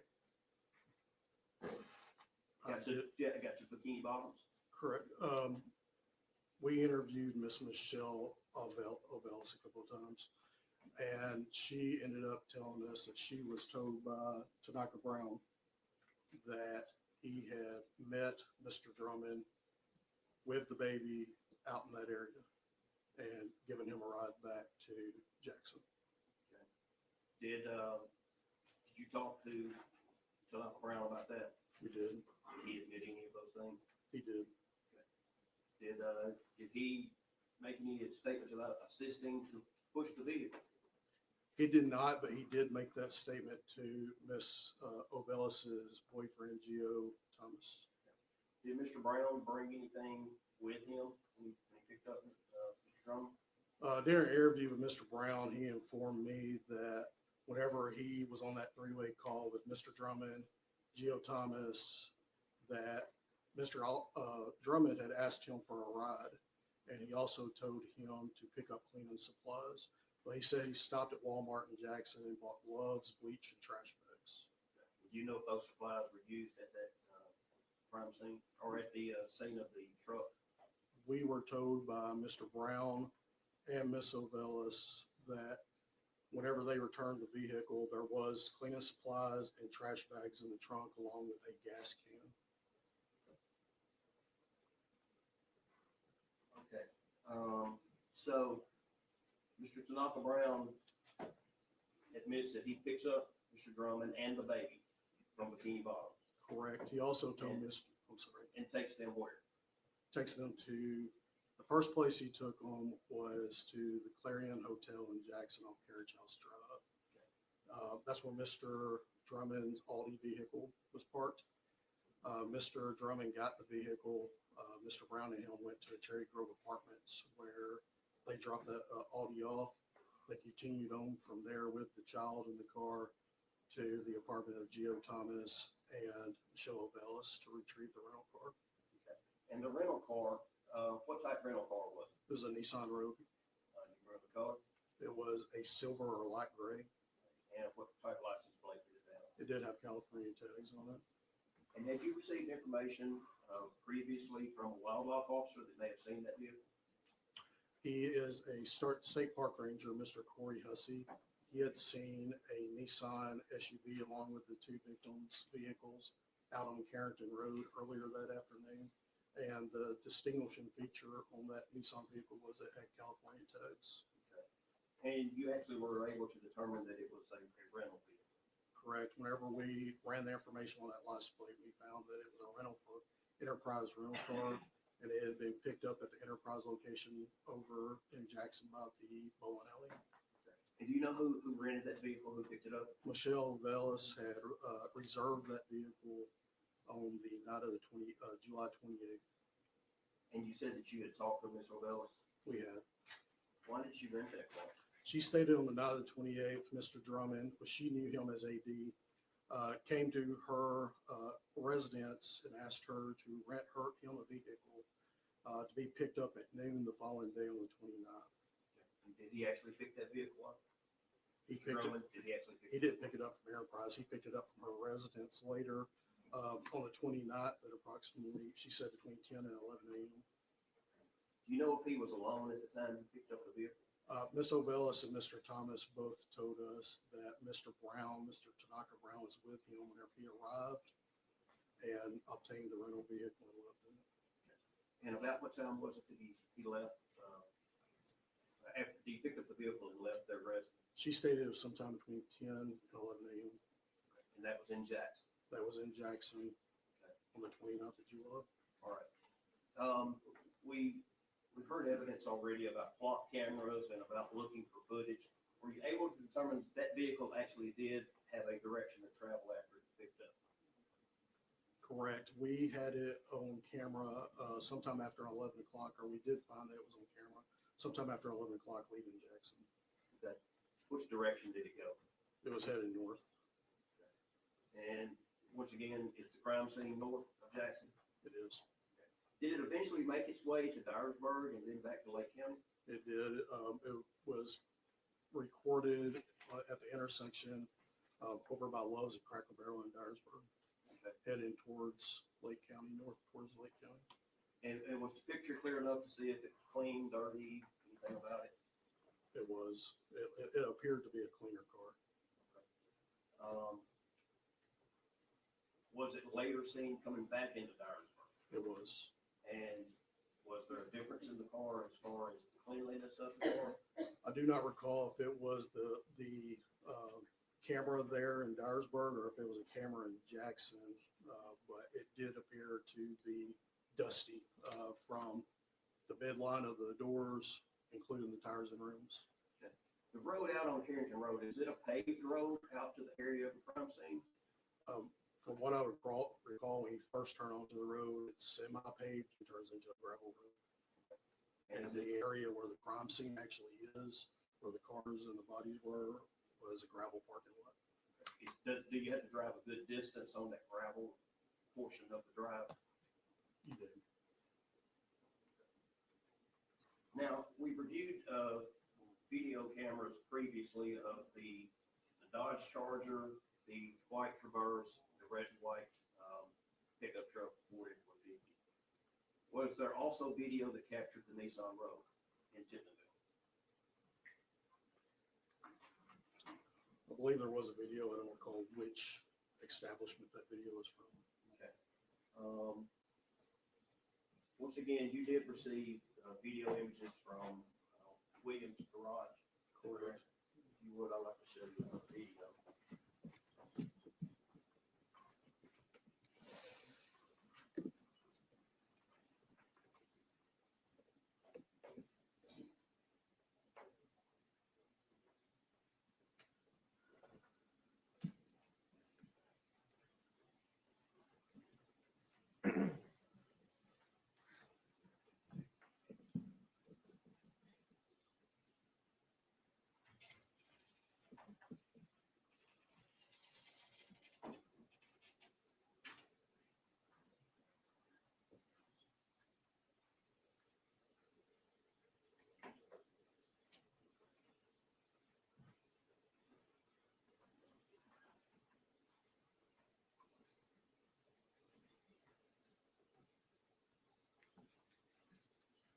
Does that appear to be the Nissan Rogue that had been rented? Yes, it's a light silver, maybe a gray Rogue, and it looks to have a license plate on the front of it, unlike what Tennessee requires. And that was going to be my next question. Does California require a license plate on the front and back? They normally do, yes. And did this vehicle have a California plate on the front and back? Other images that I've seen of it did have a California plate on the front and the back, yes. Just as this appears to have. Correct.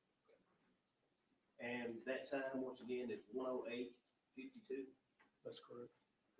So this is probably maybe, what, an hour and a half from the time the vehicle was picked up in Jackson?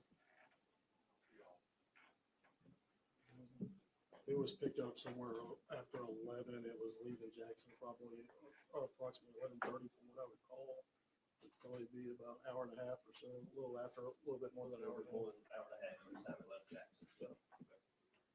All right, and let me show you one other video. And once again, notice that time, 13:08. Do you recall the time that the vehicle was seen by the park ranger? Whenever we first interviewed him, he believed that he saw it somewhere between 1 and 1:15. And that was 1:08, is that correct? Correct.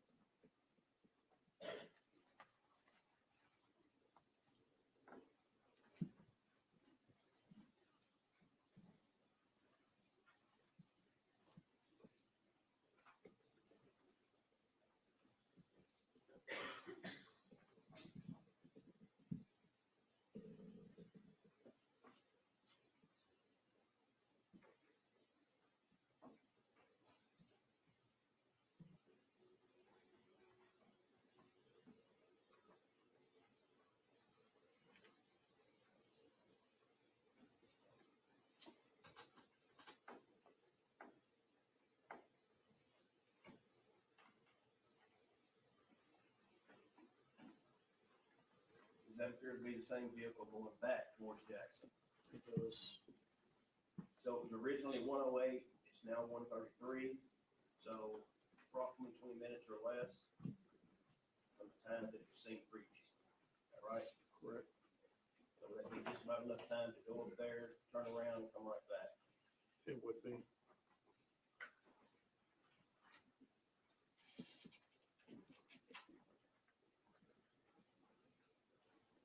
Did you have information that at this time, the infant was still with Mr. Drummond in the vehicle? Yes. Whenever Mr. Brown told us that he dropped whenever they arrived at the house of Obelis, or the residence of Obelis and Thomas, he stated that Mr. Drummond transferred not only the baby, but the cleaning supplies he had bought to the road and left the residence with it. So we had no other reason to think that the baby wasn't with him at this time, especially since it didn't get dropped off until after 3 p.m. in Dyer County. Okay. So that was 1:40 when he was going back towards Dyersburg, and then what, approximately an hour and 20 minutes later, is when the 911 call comes in. The 911, the Dyer County 911 call, yes, sir. And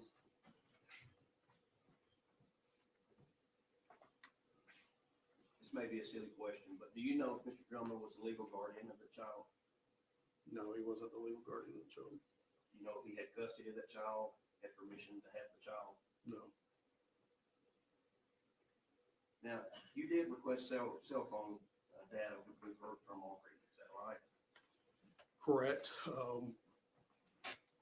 We had started working with our, as soon as before we even set up our command post, we started contacting our agent, Andy Valley, who also works with FBI agent Carla Rexing, who also analyzes phones and the type of data that Agent White does. And he started submitting paperwork to AT&T and other companies for the victims' phones to start getting their data. Okay. Were you able to determine where the phone came from? The phone in question that Agent Scott Wilson.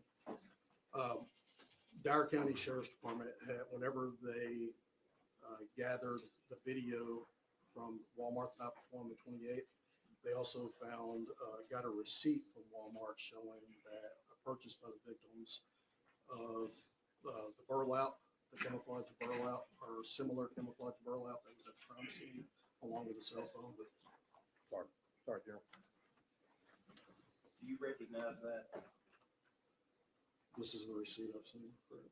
So they've even got a receipt. Right. And do you know who it was that purchased that cell phone? At the time, I was told it was one of the victims. I believe, or I do recall that I've been told that Mr. Braden Williams was actually seen on camera purchasing the phone. Did you make that exhibit your testimony? Without objection, Mr. Huffman. Show this mark as Exhibit 6.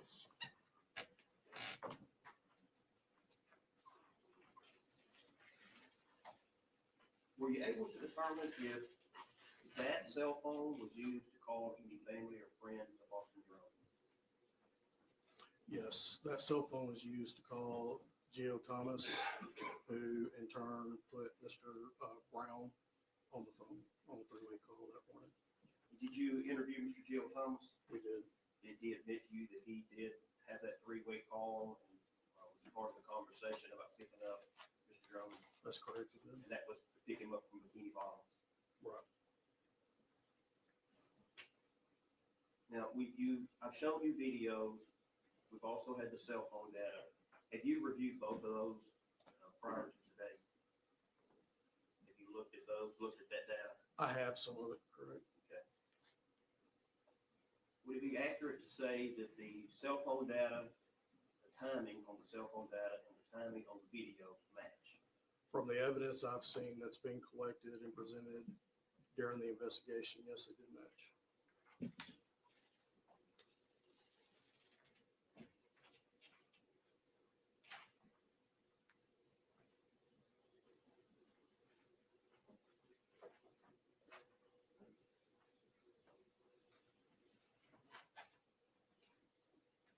I'm not When did they understanding. take Austin Drummond into custody? He was taken into custody on, it would have been that Tuesday after, I believe it was August 6th, 2025. So a week later, Correct. after, after being taken into custody, are you aware of any statements that Mr. Austin Drummond has made while being incarcerated? I've been listening to his phone calls, correct? Did he give an interview with a reporter in Nashville? Yes, he did. And in that interview, did he admit that he was at the scene at the time of the murders? He did. Did he also admit that he had dropped the child off on the side of the road at Dyersburg? I don't recall that part. No. Are you aware of the fact that Austin Drummond has previous felony convictions? He does.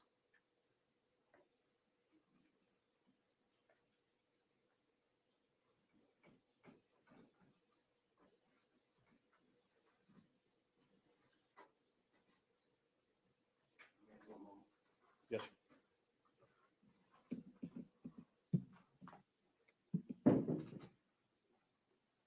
I'll pass it with Mr. Huffman?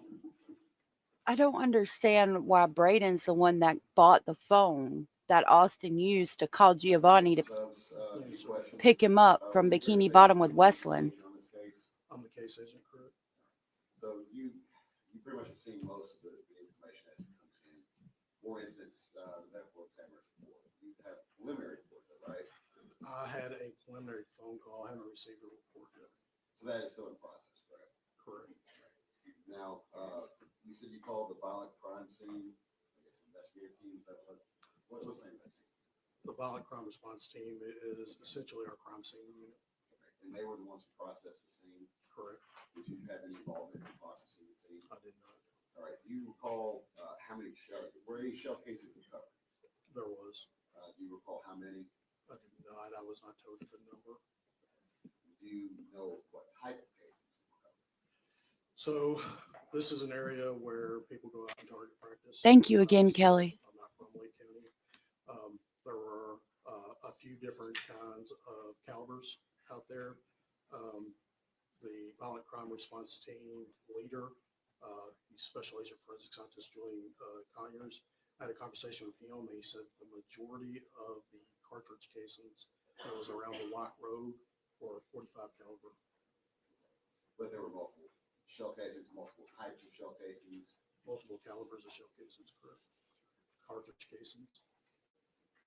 Now, did you process the scene at all yourself? I did not. We still back and called them.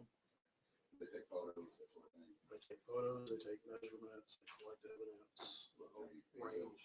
You video thing. They usually do. I'm not sure on this one. So whenever they finish processing and they do all their evidence, all that, they will create what they call a crime scene investigation report with the photos and everything. That's still in the process. That's not completely still. Last I checked this week, it was not completed yet. Typically, TBI agents don't carry body cams like that. Did you have a body cam? I did not. Regarding the video with time delta, how did you determine that it was 53 minutes slow? How did you determine that? Whenever I was talking with Chief England, I asked him what the time was on what he was looking at live on the video camera, because he went back to the fire department to see how far was behind, or if he could get any more video of any of the victims' vehicles, any other vehicles that might be suspicious.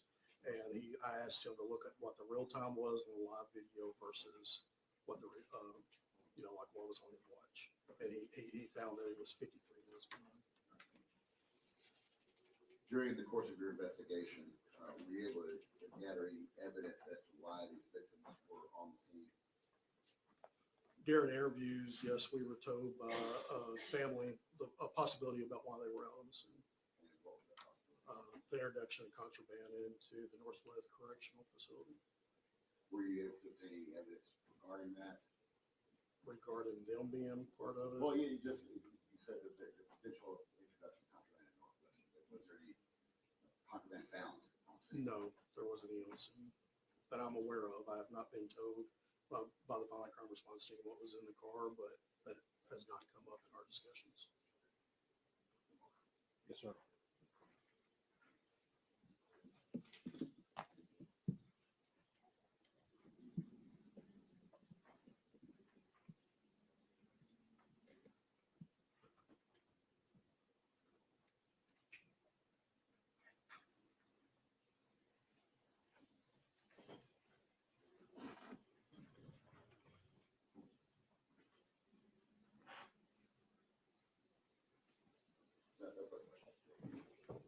Can you redirect, General?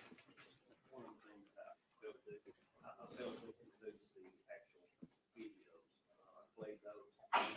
Make that into your testimony. Oh, would, No further questions. Agent Tubbs, you may have a seat. Free to go, whichever you choose to do. Thank you, sir.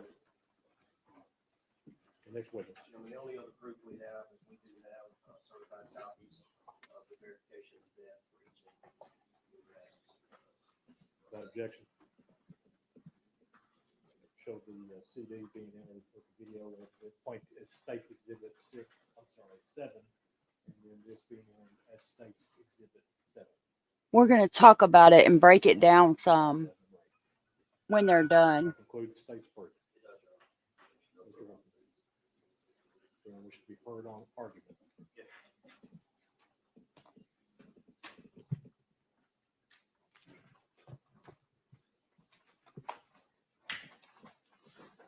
But he's All the proof in this case, there's a real tight timeline with this case, and we think that we can show that. We think we've shown that today with cell phone data and as well as video footage. But just to go back through that, and just to go back through this timeline, I want to go back and highlight these things.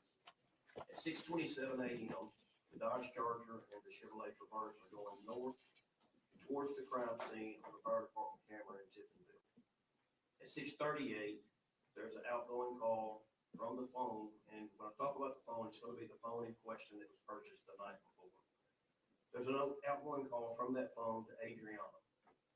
At 6:47 a.m., the truck driven by Matthew Wilson, the red and white vehicle, comes into Tiptonville, is northbound, goes towards the crime scene. At 6:45 a.m., 6:54 a.m., there's the first time advance bar on the cell phone, and that is near Tiptonville. At 7:01 a.m., there's an outgoing call to Adriana once again. That's the last call to Adriana. That lasted 32 seconds. Which one? What time was that, General? That was 7:01 a.m. At 7:25 a.m., red and white vehicle is seen traveling southbound on the video in Tiptonville, going past Williams Garage and the Mexican restaurant. And at that same time, a call starts at 7:25. It lasts until 7:29. That's a three-way call from that phone that's in question to Giovanni Thomas and Tanaka Brown. Both of those individuals did admit in their testimony today that they were on the phone with Austin Drummond at that time. 7:26 a.m. Time advance data shows that that phone is now moving south. At 7:44, let me back up. Between 7:25 and 10:06 a.m., there are approximately 15 calls between that phone number and Giovanni Thomas. At 7:44 a.m. and up until 9:04 a.m. So almost a 2-hour period, a little short of, not 2 hours, almost an hour, a little over 45, 50 minutes. It shows that the phone is actually at Bikini Bottoms in Dyer County, and it's stationary, it's sitting there. From 9:17 to 10:04, the time advance showed that there was southbound movement once again. This time it's going towards Jackson. And this is at the time that testimony was that Tanaka Brown had drove from Jackson to Bikini Bottoms to help push the red and white vehicle into the ravine, pick up Austin Drummond and the child, and drive them back to Jackson. He drove them to the Clairton Inn to pick up the Audi, He then went to Geo, went to pick up a vehicle from Geo and Michelle, and that was a rental vehicle. He had the baby with him this entire time. At the time of 11:55 until 12:07 p.m., we now have a different vehicle. We have the Nissan Rogue with a California license plate that is traveling northbound towards Bells. At 12:39 p.m., that vehicle is seen by license plate readers going through Dyersburg, still traveling north. Between 1:04 and 1:14, it is the approximate time that the cell phone that's been in question the entire time is back at the crime scene. The phone was initially at the crime scene. It left the crime scene. It made phone calls, which witnesses say were made by Austin Drummond. It went to Bikini Bottoms. It went to Jackson. It got the rental car, and now it is back at the crime scene once again. This is between 1:04 and 1:14. At 1:15, you heard testimony from the park ranger that stated that there was a black Charger, a white Traverse, and a Nissan Rogue with a California license plate. He said it left quickly as soon as he passed the vehicle.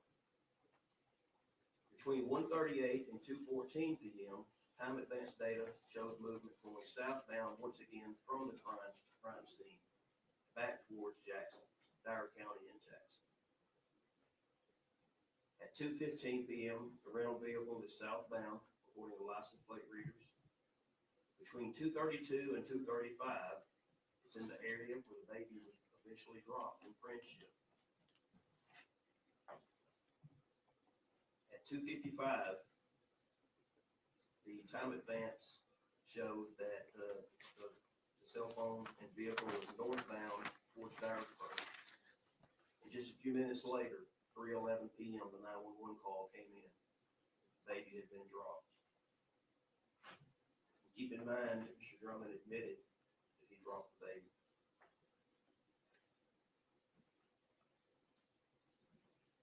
Between 2:57 and 3:23 p.m., the time advance showed that the vehicle was traveling southeast, back towards Bells, and back towards Jackson, was back in Jackson by 3:39 p.m. Between 4:22 and 6:06, and this is really important, there were overlapping arcs. And you heard the testimony was that when there's overlapping arcs, you can almost pinpoint where the person is. And those arcs overlapped right above Austin Drummond's parents' house. And it stayed there for an hour and a half. From 6:34 to 8:44 p.m., it was back to Clarion Hotel, and then at Katlin Speed residence, who was Mr. Drummond's girlfriend. At 8:17, 911 calls come in about the body being found, and at 8:44, the phone is no longer on network. Your Honor, that is a very tight timeline. The testimony shows that Austin Drummond was at the scene. He admits he was at the scene. He was the person who got the rental vehicle. He's the only person who was in that Nissan Rogue, which video shows came back to the crime scene, was there just a very few minutes and left the crime scene.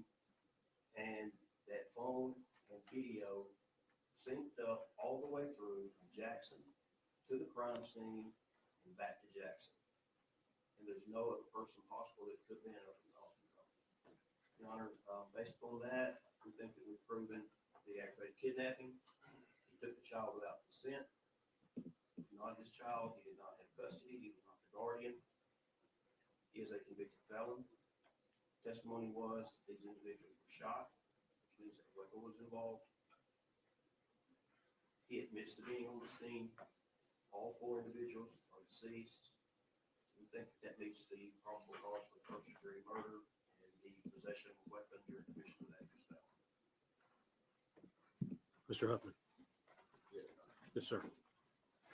Understanding this is a preliminary hearing and that the burden of proof is probable cause and not beyond a reasonable doubt, obviously. There's been no evidence whatsoever that Mr. Drummond fired any weapon. The only evidence that was presented today was that there was a cell phone purchased by one of the victims at the scene and proof that he was present on the scene, but no proof that anybody else on scene, or even that the cell phone was in his hands when he was on scene. The only thing that probable cause was met was that his presence on scene. There was no evidence whatsoever regarding who fired these shots, if Mr. Drummond fired shots, or if there are other individuals on the scene. So we do not believe that the state has met probable cause regarding the murders.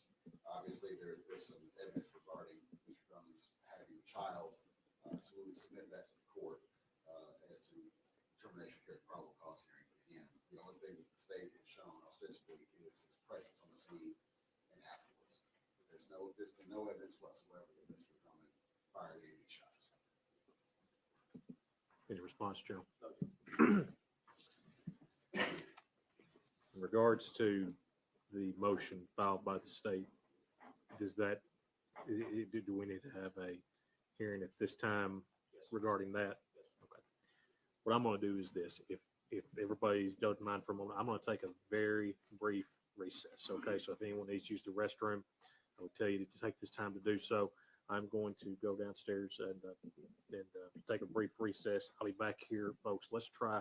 It is now 2:48. Everyone needs to be back in the courtroom at 3 p.m. sharp. 3 p.m. Okay, we're in recess till then. All right. What is in recess? I can't tell if his family's there or not. I'm trying to see if they show his family. Maybe say.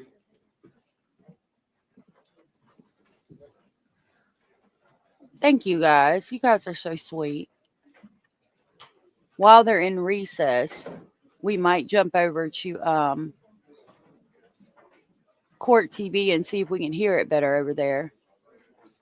But I wanted to talk to y'all about some comments that I put a star on. So basically, they've got Austin Drummond on a very tight timeline, driving the vehicles and with his cell phone.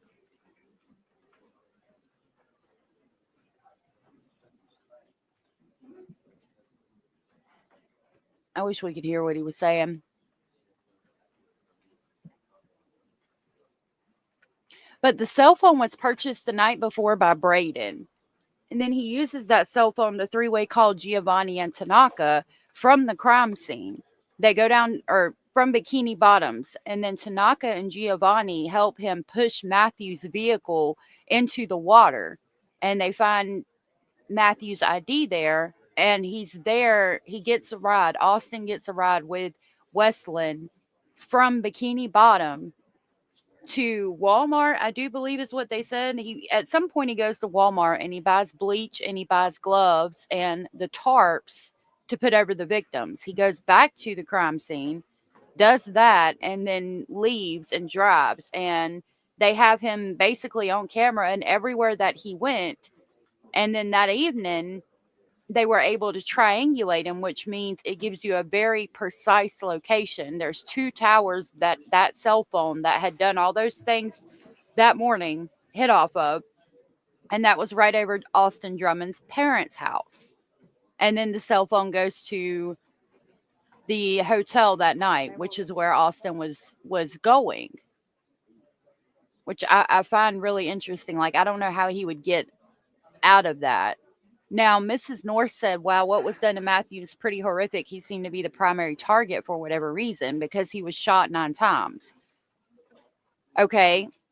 And that does go to what Austin said, that it was a drug deal that went wrong and that the Vice Lords gang had the original target was Matthew, and they had to take Matthew out. And Matthew is the one that got, the worst end of the firearm, so to speak.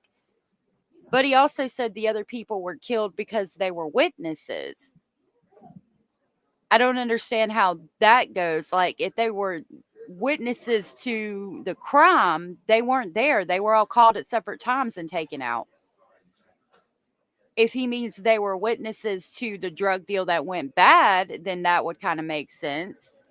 That they knew that there was a drug deal that went bad and that if Matthew turned up dead, it was going to be because of the vice lords or because of Austin or because of one person. So they had to call them down there and take them out because they knew who was going to have done the crime. Is the only way I can make that make sense. And if that's the case, then he could be telling the truth. But if it's not, it doesn't make sense that he said that Matthew was the target and he had to take Courtney, Adriana, and Braden out because they knew about the crime, because they all, were called there later, or, they were all called there by different people or by the same person, and they arrived at different times. Teresa said drug deal and planned homicide gone bad for the guy who bought the phone. Well, see, the one who bought the phone was Braden, the 15-year-old uncle. It is crazy. It's hard to kind of figure out. Let me put it on live.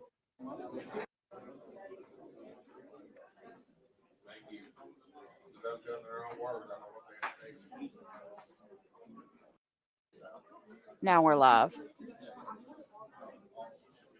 Yeah, I'm thinking they knew too much, so they got called out there to die because they knew too much.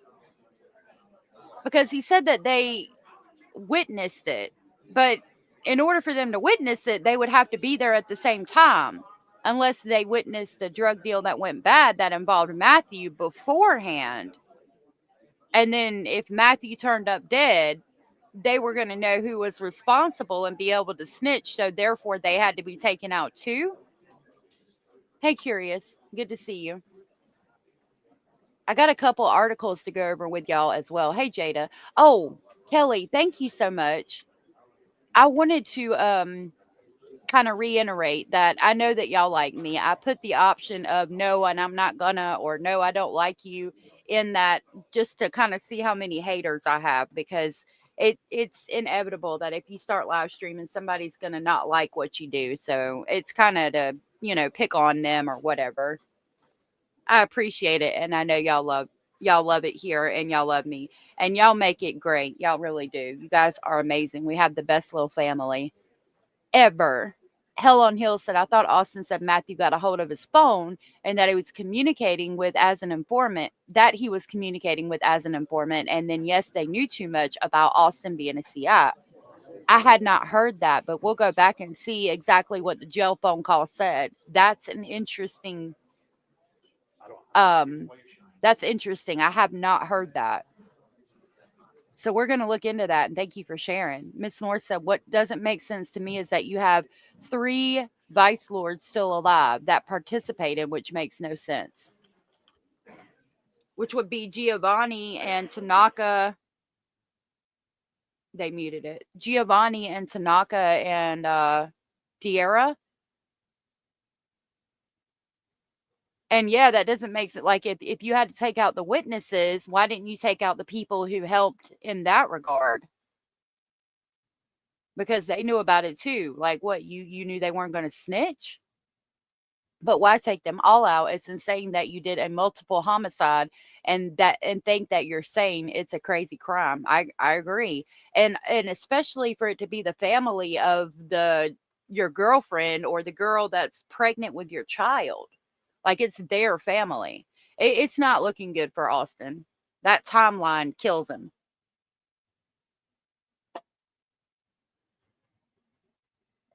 It's on the jail phone call with the creator, Arlie. Girl, let me find out. I'm looking it up right now. Arlie?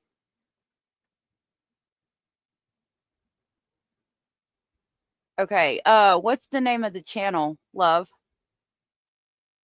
Haters gonna hate and trollers gonna troll, exactly. Austin is a vice lord. That has been confirmed. Oh, thank you, Kimmy. I appreciate it. Yes, there's death penalty is on the table. Yeah, I would love to know I would love to get a hold of that call and see if we can validate it. I can't imagine that the DA is letting calls get out though at this point, because it's still like early on in the case, In regards to the motion, do we need to proceed on that, or are we? I think we're going to be in agreement on the motion, this is a motion for a gag order, and there's gonna be an agreement, and, the state specifically, the attorneys representing the state of Tennessee as a defendant, as well as the defendant himself. Witnesses or investigators are prohibited from posting on social media or providing traditional media and or social media accounts covering the case, statements concerning or alleging the facts of the case. Your Honor, and it doesn't prevent anything with media other than if the facts of the case cannot be discussed. And it includes the defendant. Is that it? Yes, Your Honor. It does create, thank you, yes, safeguards.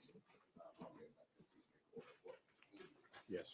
There was a case that, and I appreciate the state providing the site to that case. It was a very, it was a good opinion on what to do and what not to do in this type of situation. I appreciate both parties' cooperation in regarding this. And I'll say this, after reviewing the motion and the case, I think not only to ensure the state's right to a fair trial, but Mr. Drummond also to ensure your right to a fair trial as well.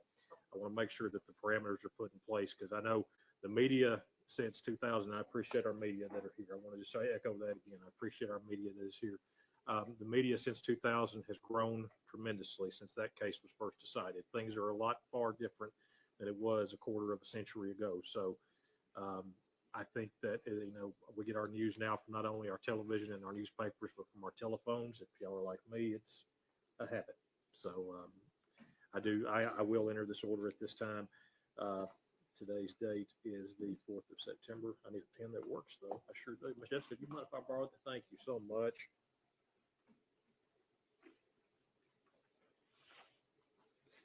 Is there any other matters we need to take up regarding the preliminary hearing?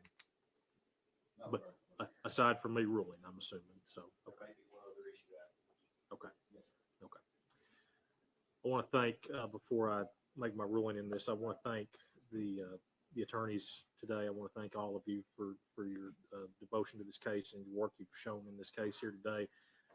Appreciate the state and also the defense attorneys. I know that, and I appreciate Mr. Huffman taking this case, and Mr. Mason. I know this was something you were appointed to, but I appreciate your graciousness in taking this matter on. I do very much, and I appreciate all the parties for their testimony. I appreciate the witnesses that are here today.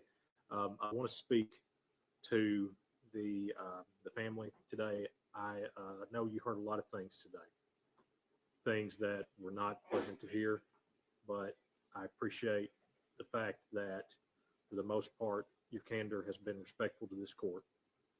And I appreciate that you've shown this court respect. I don't want that to go unnoticed. To all of you, I want to say this. I know that at this time, this is not the trial today. This is only the first step in that next proceeding. The standard you heard that was presented is a probable cause standard, which means it's more likely than not. I am not making a finding of guilt or innocence today. That is not what is happening. I don't want y'all to leave and think, what did he just do? So I want you to understand that. It is still alleged as to who committed this offense, but I know it's not alleged that the loss that y'all have suffered. And I want you to know that my heart does go out to all of you. And in the days, weeks, months, and years to come, you will be in my prayers, because I know it's a long road to that. I want to thank, I don't want it to go unnoticed, but I just want to thank you for your respect you've shown the court very much. In regards to the matters today, the court has heard the testimony from all the parties, and in consideration of that testimony, in case number 25 CR 48067, the charge of first-degree murder, the court does find the probable cause regarding the murder of Mr. Braden Williams. In case number 48068, the charge of first-degree murder, the court does find probable cause in regards to the murder of Miss Adriana Williams. In case number 48069, the court does find probable cause in regards to first-degree murder in the matter of Mr. Matthew Wilson. And in case number 48070, the court does find probable cause into the case of the first-degree murder of Miss Courtney Rose.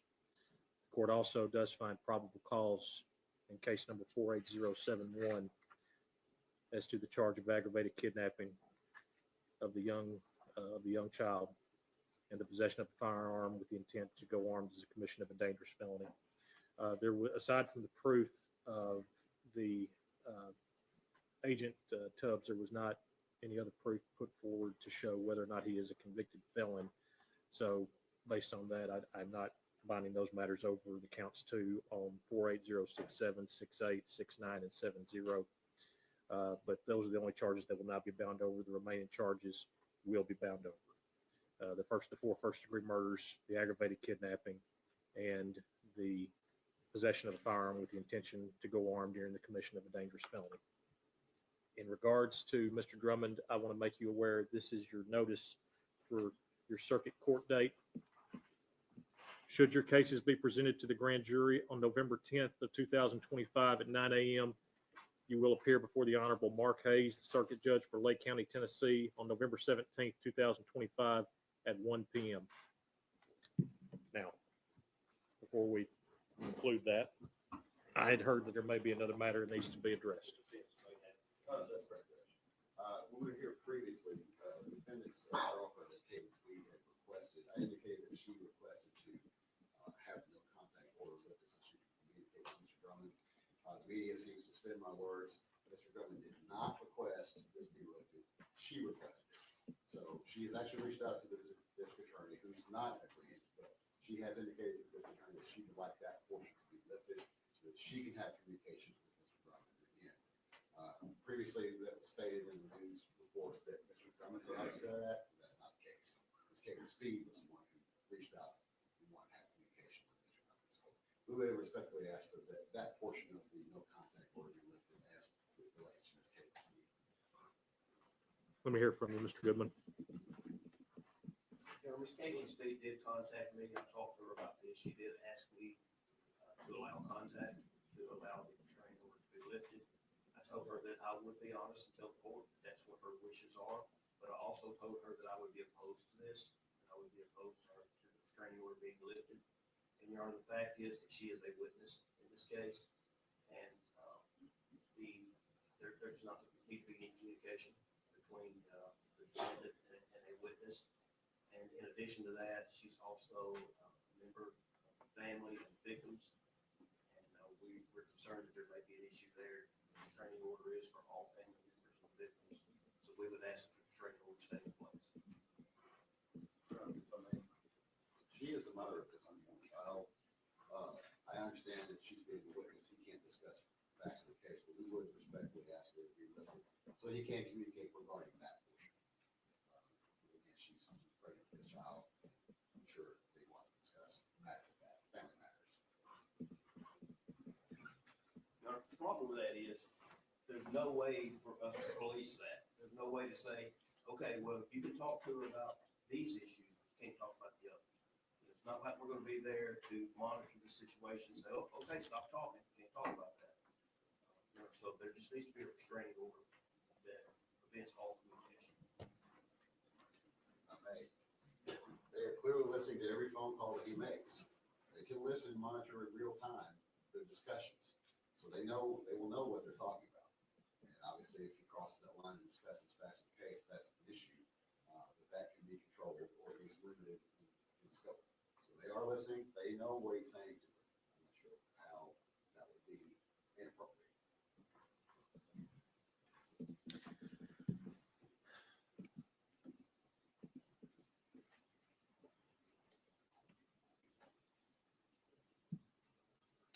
I think that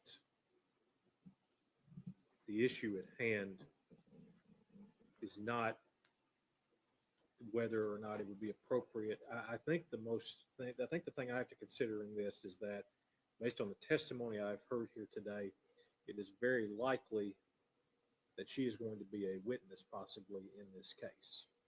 That's what I've gathered from the testimony I've heard here today. I am not restricting any conversations between him and his family. If she wants to communicate with his family to give him messages regarding their child, I am fine with that. But because of the fact that there may be an instance where Ms. Speed has to testify at the trial, that's the only thing that kind of puts me in a position to not feel comfortable amending the order at this time for that purpose. So what I will do is I'll continue to let it remain in place directly between the two of them. However, he is completely allowed to speak with his family and his mother or father or whoever it is that wishes to talk maybe through her to him regarding the status of his child.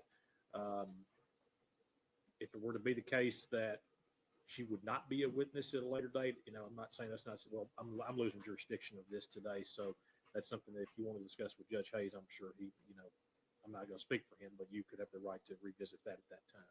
So I'm going to leave. Just to clarify, more third-party contact, you're saying you may have third-party contact as it relates only to family matters. Of course, I know what you're going to say is it may be difficult to police that. I want to clarify that as well, because I thought what you meant was he could talk to his family, then his family could talk to her, not to take a bit on three-way call. Absolutely not. talking to Yes. one another. Yes. Yes. That's what I understood. That is And my. that has been an issue, and I want to clarify also, make sure the defendant understands that third-party conversations Is the are same. violations as well. He can't tell someone, go tell this witness that I said this. That's a violation.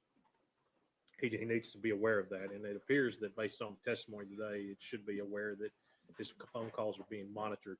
So obviously, does the state oppose him talking to his family? It's not his family. It's just them attempting to relay messages concerning the case to Ms. Speed. So does that make any sense at all? Yes, not relaying messages regarding the case, but I'm assuming it's okay to relay messages regarding his child. I don't mind that. I mean, that's something regarding his child, but it can't be anything regarding the case or the facts of the case. And I would just say that those are being monitored. Those phone calls are being monitored. So that's just something he'll need to understand for that purpose. Okay. So it'll remain in place for that. Folks, this is what I want to do before we do anything else. Having found that these matters are going to be presented to the grand jury and the cases will be sent to circuit court, or should he be indicted, what I'm going to ask is that at this time, if the sheriff's department will take him back into custody and transport him back, he will continue to remain without bond in this case. And while they are doing that, I'm going to ask everyone to please remain in the courtroom.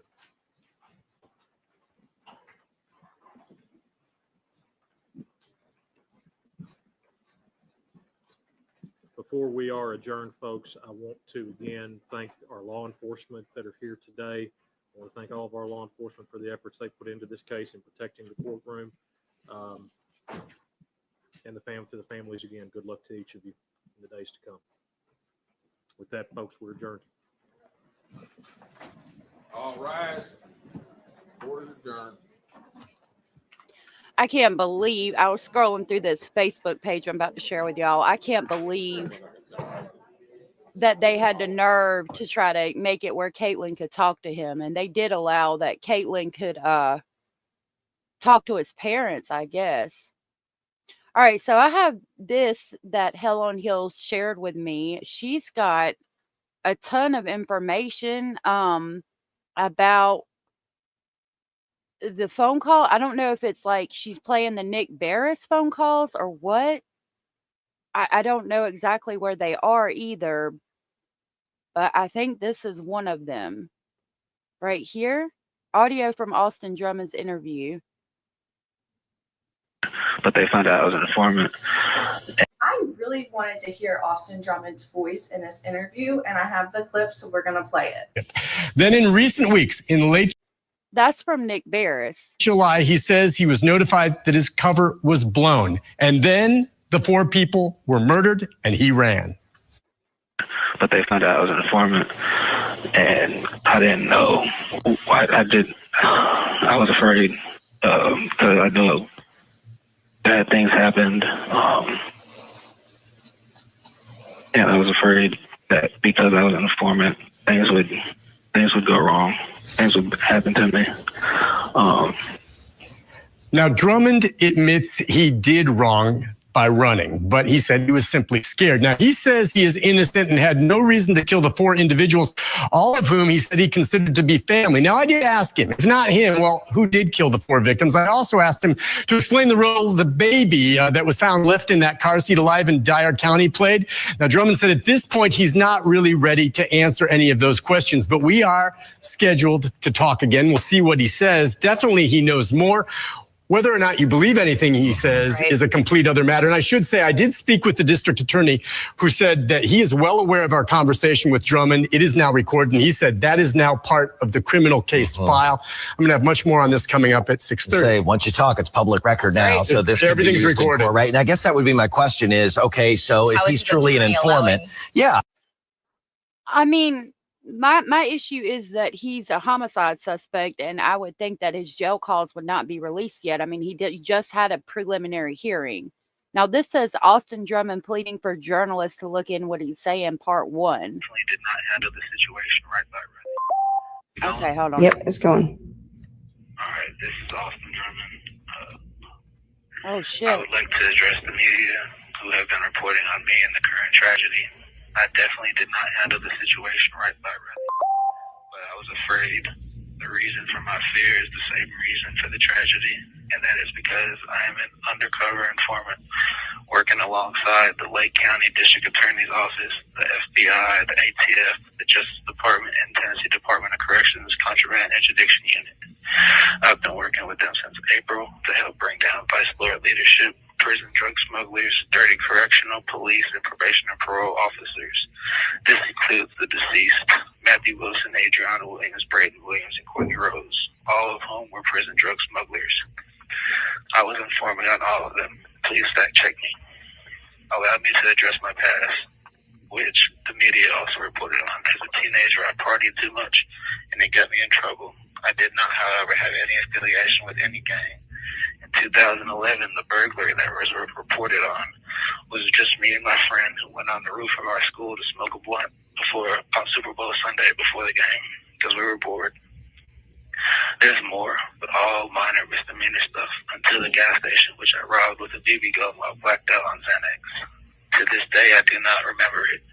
I was charged as an adult and given 10 years at 85%, after which I made comments about the jury that had no real intent, but I was given another 3 years. My total sentence was 13 years for crimes committed at the age of 16 and 17, where no one was hurt. I even cooperated at that time with an investigator, Camden Jones, of the Jackson Police Department, and my lawyer, Joseph Howell, who was present to burn down drug dealers. This was supposed to keep me in juvenile court. They lied. Please remember to fact check me. So I entered the Tennessee prison system with no real street knowledge and no gang affiliation. The first 4 years were rough. I was victimized and used.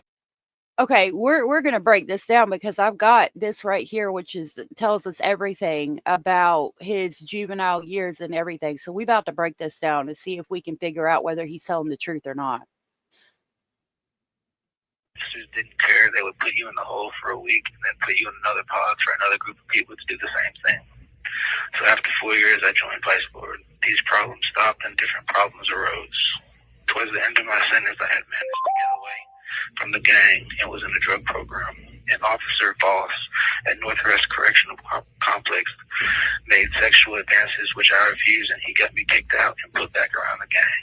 CO Voss was later fired and charged for raping an inmate. Please fact check me. After being placed back around the gang, I was used to get contraband in. One day there was a major drug bust in the kitchen where stuff was found all over. I was blamed for everything.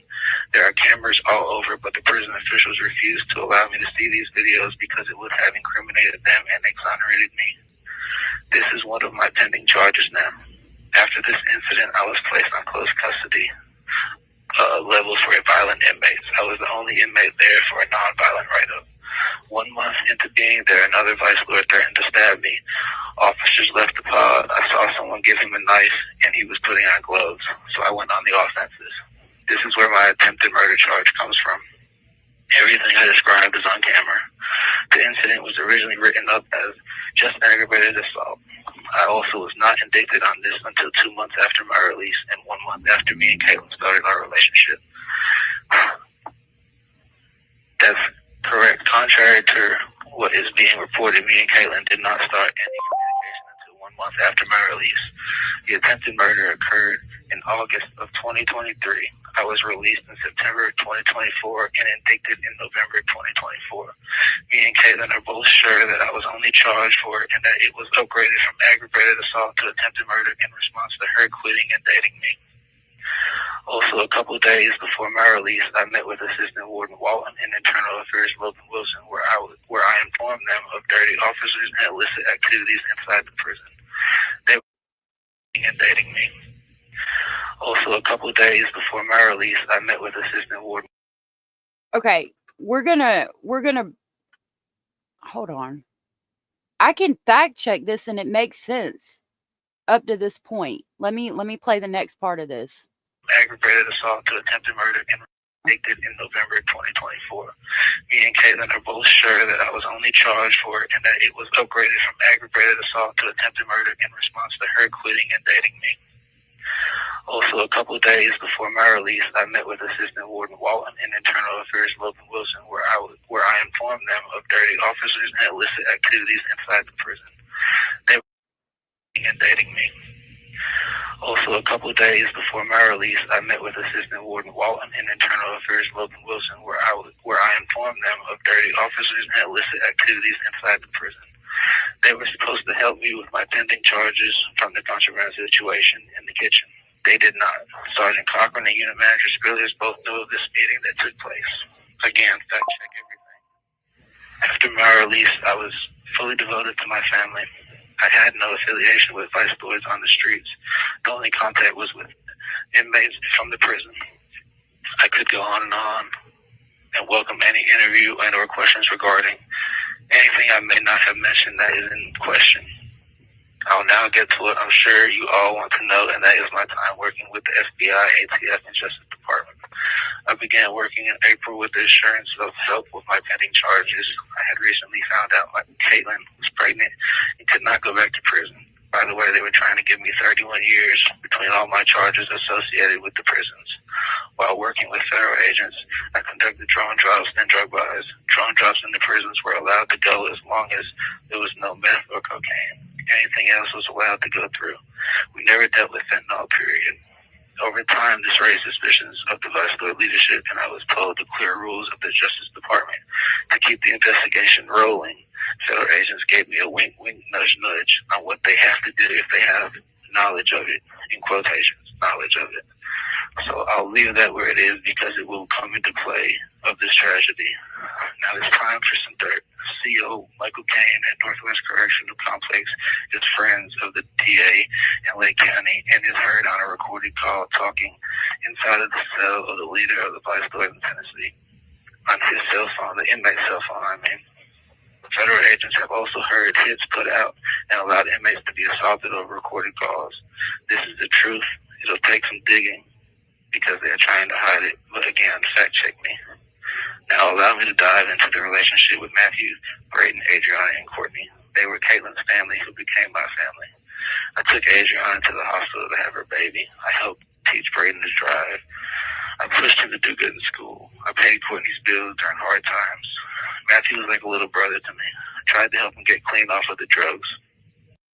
Look, I'm gonna be honest with y'all, and maybe I don't know. Y'all say what you will, okay? But the shit he's saying is making sense somewhat. I'm gonna fact check the shit, but he should not have been out on bond for an attempted homicide charge. And they say because in the state of Tennessee that you get a bond for any charge as long as it doesn't have the death penalty. I get that, but like there's a lot of shit. Even looking at his record, it doesn't make sense that he was even out on bond. The charges don't line up with his ability to be on the street. Okay. Now the vice lord's thing, he had that one guy, in the photos when he got out of jail, Fat Fox the God, that got arrested for taking the drugs to the jail premises with him. Okay. If we jump over here, so that I could probably say that's a lie, because if I had to guess, I would say that Fox the God right here was also in the vice lord's gang, and he's obviously affiliated with him right here. But we're gonna go through, and I'm gonna try to find every single one of these and break it down, because some of what he's saying could be true, and some of it I don't know. I haven't heard this, so I want to break it down with y'all.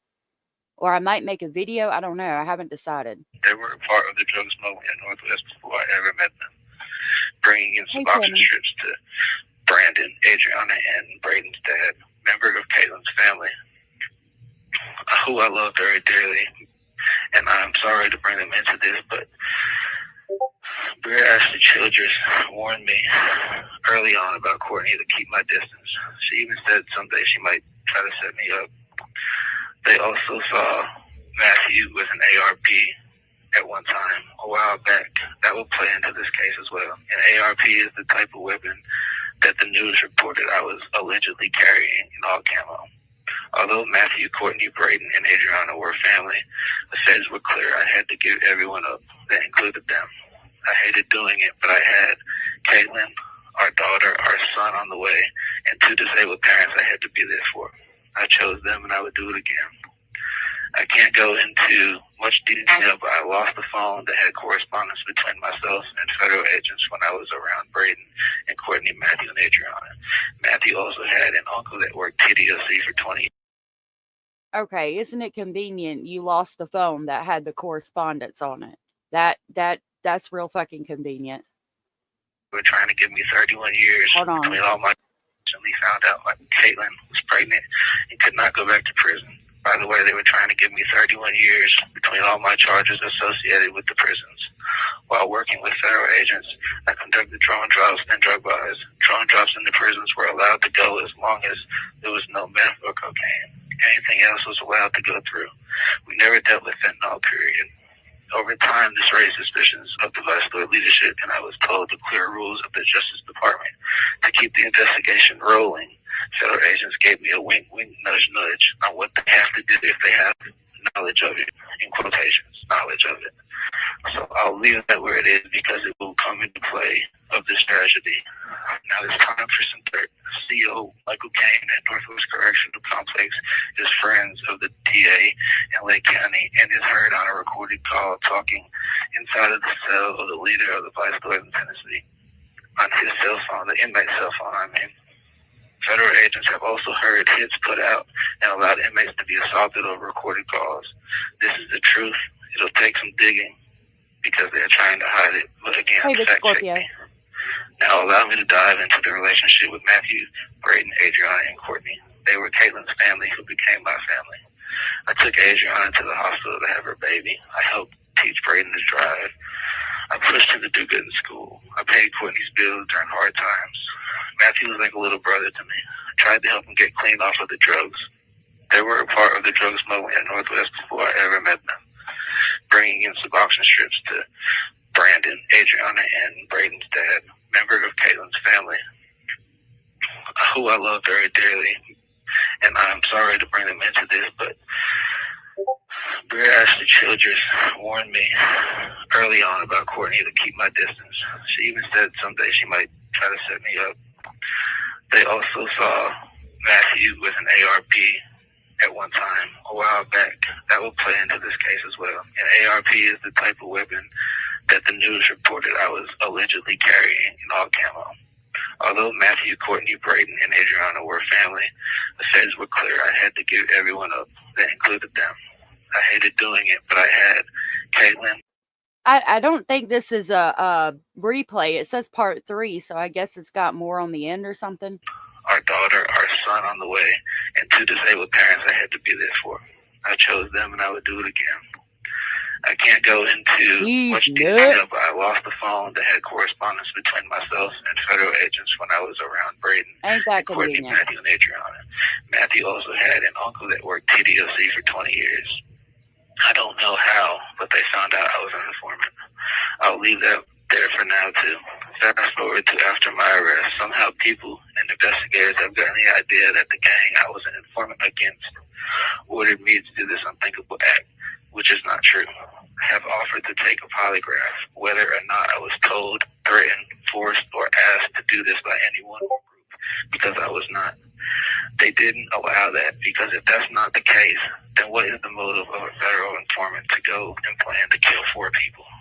Also, during my few weeks of incarceration, I was only allowed to see my lawyer over a Zoom call where we couldn't clearly understand each other, and he was unaware I did not want to waive my 14-day rule, and I'm eager to have my preliminary hearing.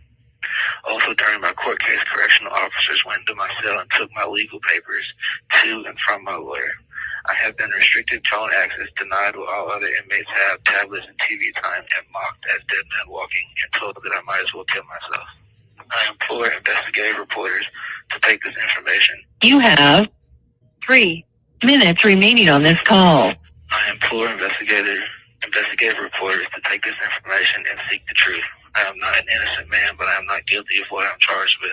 I accept any questions and interviews. I look forward to them and my trial. I'm not suicidal. Also, I am in good health. You got it? Is it going? Yep, it's going.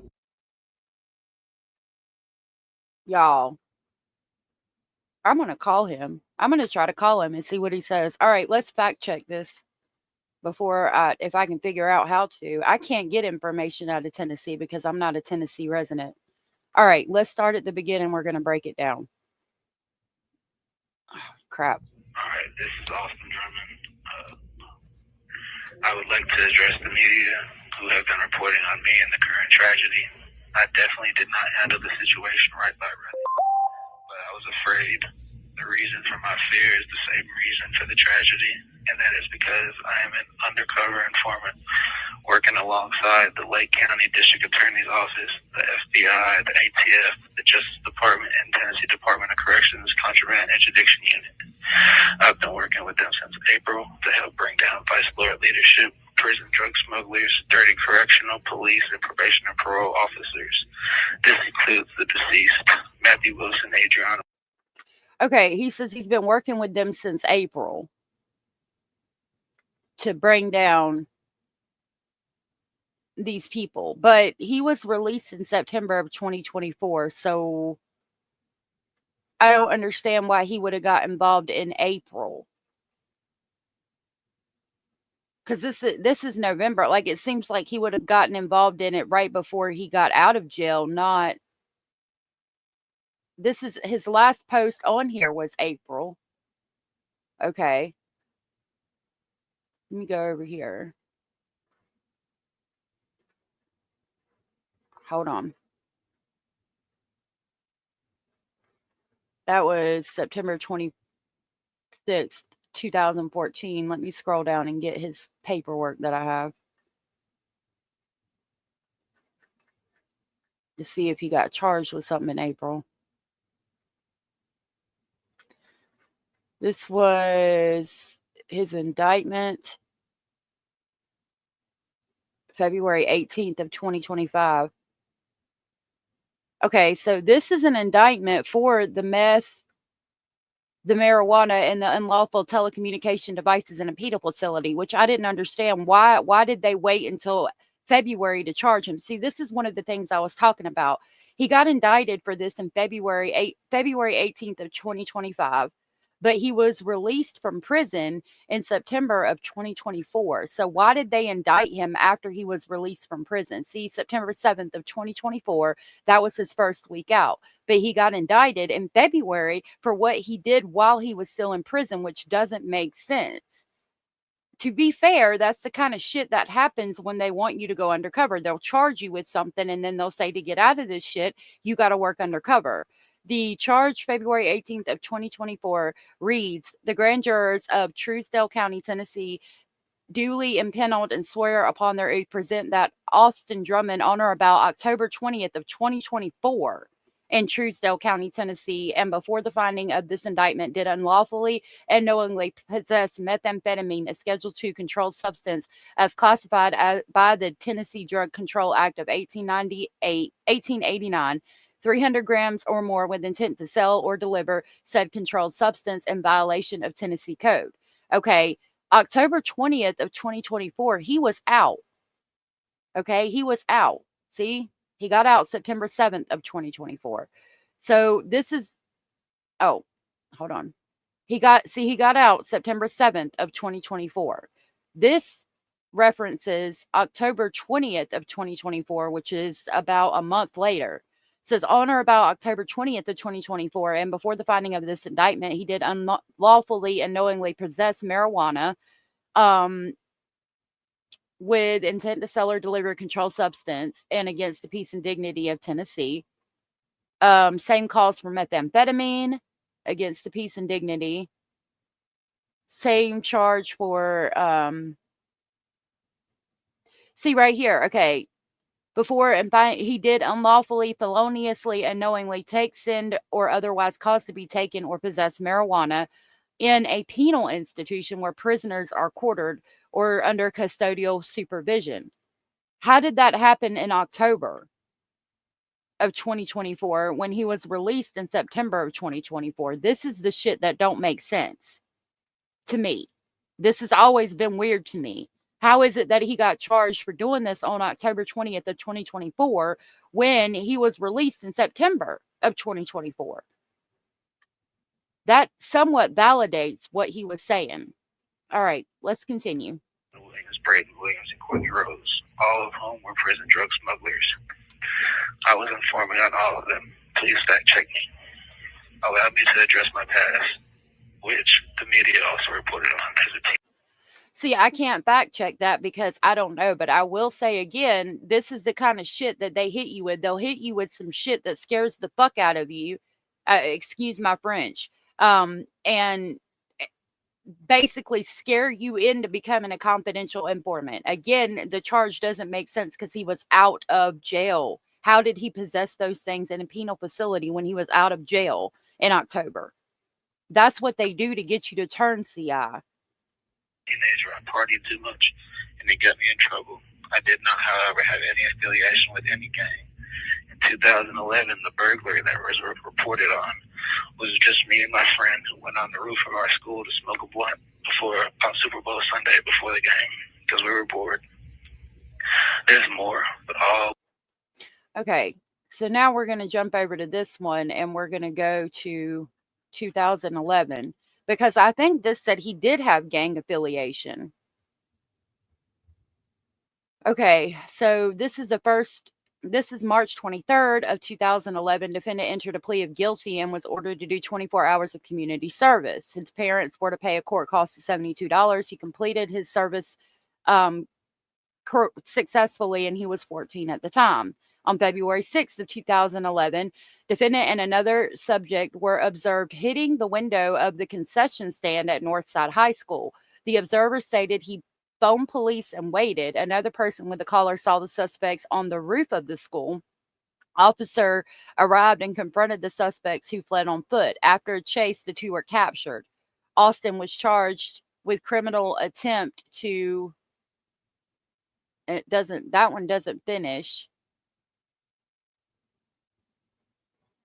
This is 2012. They were dispatched and made contact with Gregory Drummond, who stated that Austin cut the screen of the bathroom window and left the residence. Austin returned back to the residence and was taken into custody for domestic vandalism. They found a grinder, marijuana.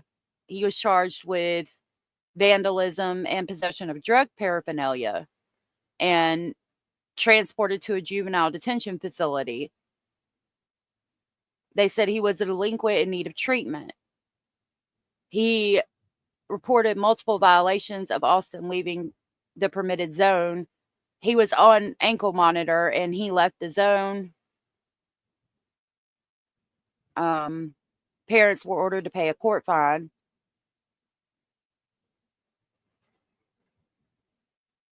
Including outpatient counseling. And this is where he tried to take his life and stuff. He assaulted his younger brother by choking him. Austin left the residence in April 20th of 2012, walking on North Highland near Northside High School. When officer attempted to take him into custody, Austin jerked his arm away and began running. And then he was located in a storage building. He entered the building without permission and he was taken into custody. All right. So all it says about that charge was that he was on top of the school. Okay. He was out on bond. Right. That's what I'm saying. Okay. September is before October, right? Okay. He's out of jail on September 7th of 2024, right? September is before October. Here we can see, it says first week out. Here we can see he's out with his family. Here he is with Fat Fox to God in September, okay? This is before October. Okay, that's the whole point. On or about October 20th, 2024 in Truesdale County, Tennessee, he did send or otherwise cause to be taken or possess marijuana into the Truesdale Turner Correctional Complex, a penal institution where prisoners are quartered or under custodial supervision without the express written consent of the jail administrator in violation of the code, all of which is against the peace and dignity of the state of Tennessee. How did he get charged with possession of methamphetamine and marijuana in a penal facility on October 20th of 2024 when he was out of jail? Because obviously he was out of jail. This is September. This is when he's out on bond. Why did he get hit with this charge after he was out of jail? Unless they knew about the drones. Like if you're going to say, okay, well, it could be when he was flying the drones over the prison yard to drop the substances. Okay, if that's the case, then how is it that they knew about it all the way back in October 20th of 2024, but they were still doing it on the day that the homicides happened? Because where the homicide happened is the place where they would go to fly the drones to drop the drugs and everything in the prison yard, okay? Number one, that's Lake County Correctional Facility, and this is referencing Truesdale County, Tennessee. It's not Lake County, Tennessee. So this is obviously actually not that area. It was the Truesdale Turner Correctional Complex. So that would have to mean that he was an inmate at Truesdale Turner Correctional Complex when he had the marijuana and the methamphetamine on October 20th of 2024. And if that's the case, then how did this happen? How was he out of jail on September 7th of 2024 and able to take all of these pictures out on bond? Because obviously he's not in jail. And as far as we know, he didn't go back to jail until he committed these homicides. Mrs. North said those are minor things, really. Plus, he was a juvenile back then. To be frank, it does seem like they sentenced him quite harshly. Right. Hey, Hio, good to see you. Yeah, it's a different jail than where he was. I don't know where the Truesdale Correctional Complex was, but okay, so like we've stated and like they've stated, he was out on bond for this charge, possession of methamphetamine and marijuana in a penal facility or whatever, contraband in a penal facility, right? Unlawful telecommunication devices in a penal facility. And he had the meth and the marijuana in a penal facility. He was on bond for this and the attempted homicide where he got in the fight in September, right? He bonded out. His parents paid the $75,000 bond, and he was bonded out. So how did he get discharged again in October when he was already out of jail? I did have, y'all, I had the paperwork where his family bonded him out on the $75,000 bond. I'm going to have to find that. All right. I might have to make a video about this. I don't know if I can even find everything that I need right now. We're going to come back here and listen to some more of this and see what we can figure out. Minor misdemeanor stuff until the gas station, which I robbed with a BB gun while blacked out on Xanax. To this day, I do not remember it. I was charged as an adult and given 10 years at 85%, after which I made comments about the jury that had no real intent, but I was given another 3 years. My total sentence was 13 years for crimes committed at the age of 16 and 17, where no one... Okay, so if we're going to talk about that, he alleges that it was a BB gun. They allege that it was a pistol. The issue with that case was that the firearm was never found. He fled the scene and was later located in Daytona Beach, Florida, and that's where he was picked up for that crime. Now, yes, it is a steep charge for a young man that's 16 years old. That is a steep charge. But what came into play with that was his juvenile record, which... if we come over here, we can see that there's 12 pages going all the way back to 2009. So that was partially, I mean, he had been in and out of the Juvenile Department of Corrections for many, many, many times by this point. Okay. And then he's 16. He commits the robbery with what he alleges is a BB gun, but what the video footage shows is a pistol, and the gun is never located. So, and then he gets in trouble for saying on a phone call that there is, I've got the paperwork. Again, I'm going to have to do this. I'm going to have to make a video on it. Hold on. Here's the opposition for release on that. And it says right here. Okay. He was convicted by a jury of aggravated robbery. After his jury trial, Drummond made a phone call to his father where he threatened the jurors and the victim in this case. He made statements saying they're going to regret it and I'll be out one day.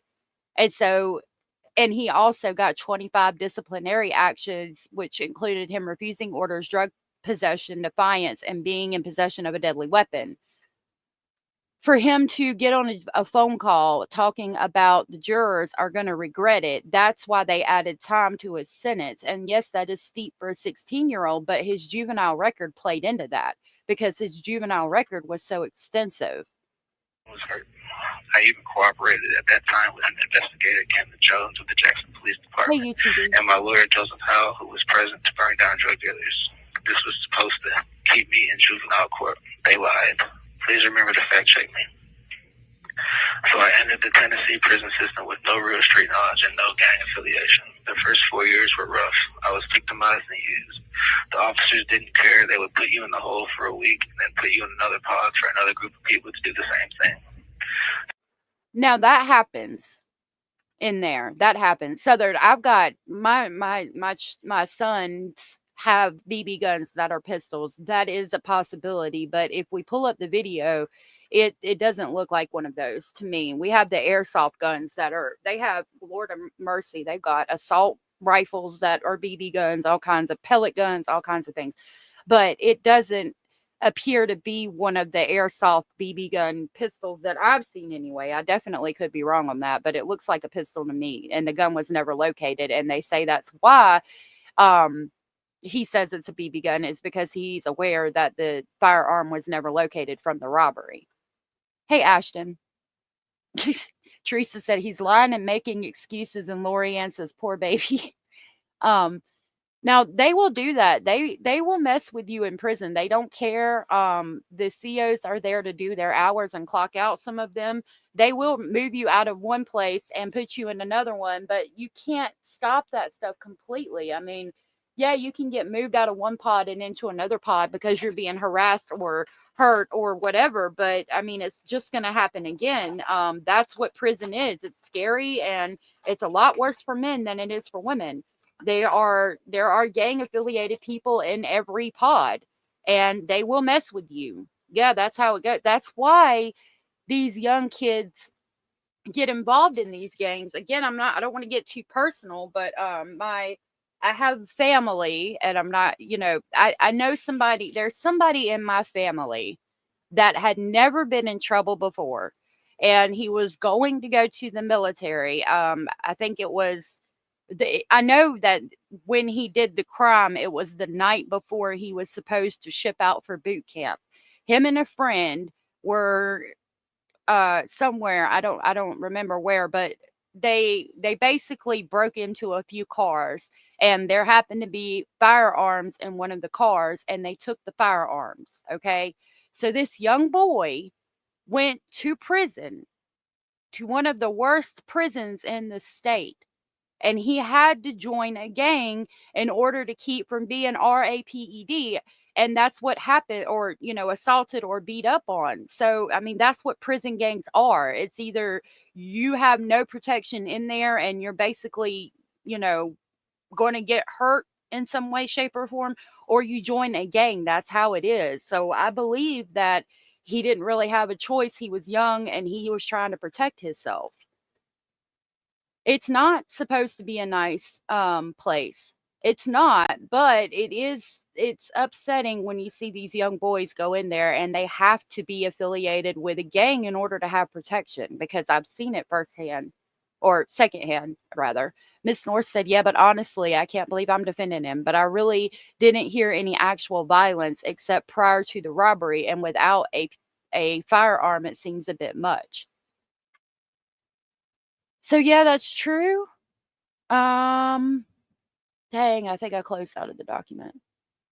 But there is,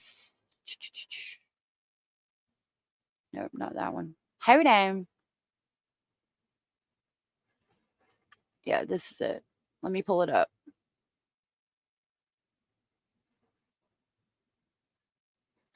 So this goes through, okay.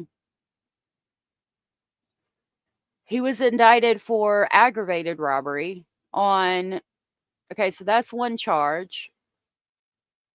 And that tells us about it. This is the information. So that's 2, 3, 4, 5, 6, 7, 8. No, 8.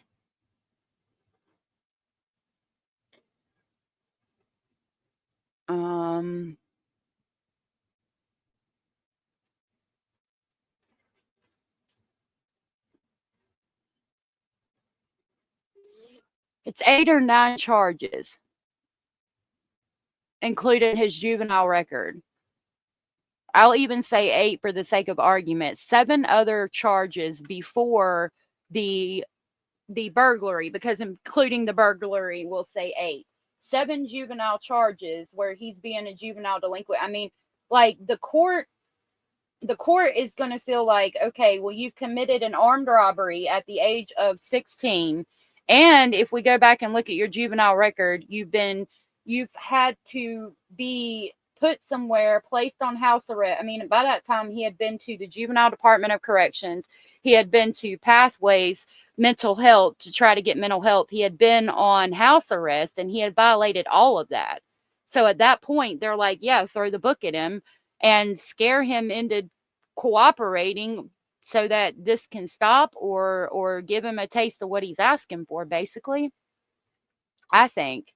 Because if okay, let's take any child, like if there's a child out there that has committed crimes as a juvenile 7 different times, and then as a juvenile they commit an armed robbery, they're going to say, yeah, you're a juvenile delinquent and you need to go to prison. You keep violating the law, you're not listening, and you need to understand where you're headed.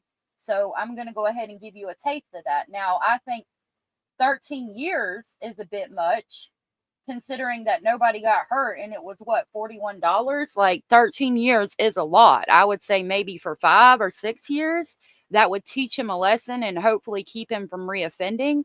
But they're looking at it like he's a bad egg, basically.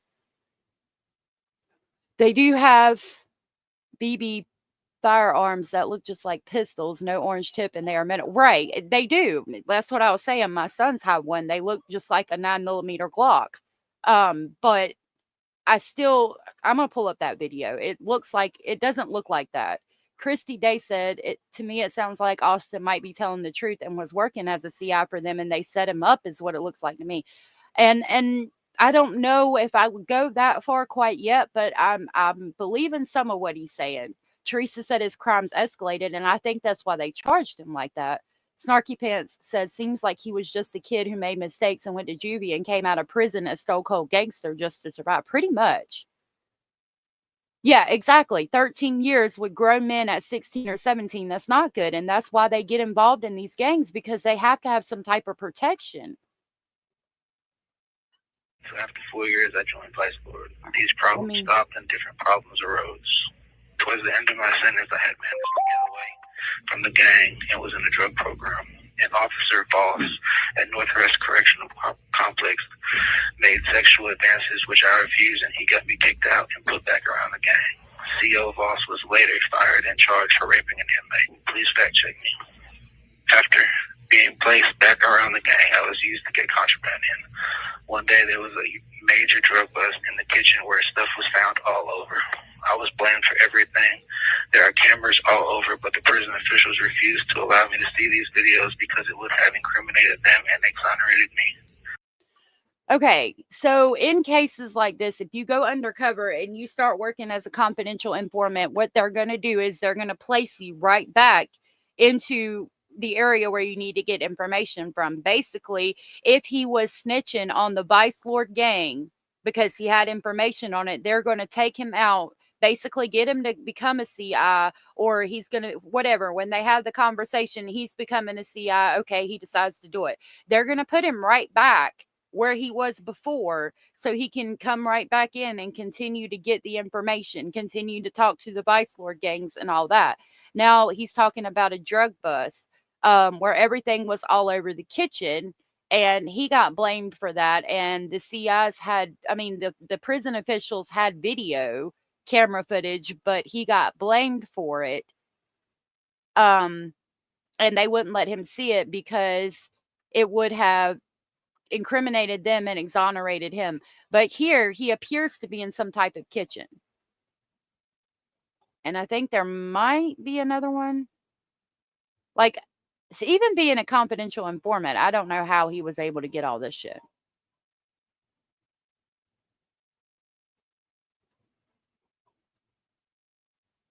I think that's the only one. So it did appear that he was working as in the kitchen. So it could have been from him, or it might not have been from him. But the fact that the prison officials won't play the video footage to exonerate it's questionable. And again, the correctional officers had to know or be somewhat involved for him to be able to do all of that stuff that he was doing in prison. Jumpsuit Pablo got 10 years for armed robbery in South Carolina, so 13 doesn't sound unreasonable. How old was Jumpsuit Pablo? And yeah, I mean, it's, again, I do want to point out that he had several violations when he was a juvenile that could have played into it. UTD said he also had a homicide charge and they had to pick him up in Florida. Oh, an evading charge. Evading. He ran once and was going to run. He'd probably still be running if they hadn't caught him. Yeah, they picked him up in Florida on the robbery charge. This is one of my pending charges now. After this incident, I was placed on close custody levels for violent inmates. I was the only inmate there for a non-violent write-up. 1 month into being there, another Vice Lord threatened to stab me. Officers left the pod. I saw someone give him a knife, and he was putting on gloves. So I went. Okay. So he was the only person put in that pod for violent criminals that had not committed a violent crime.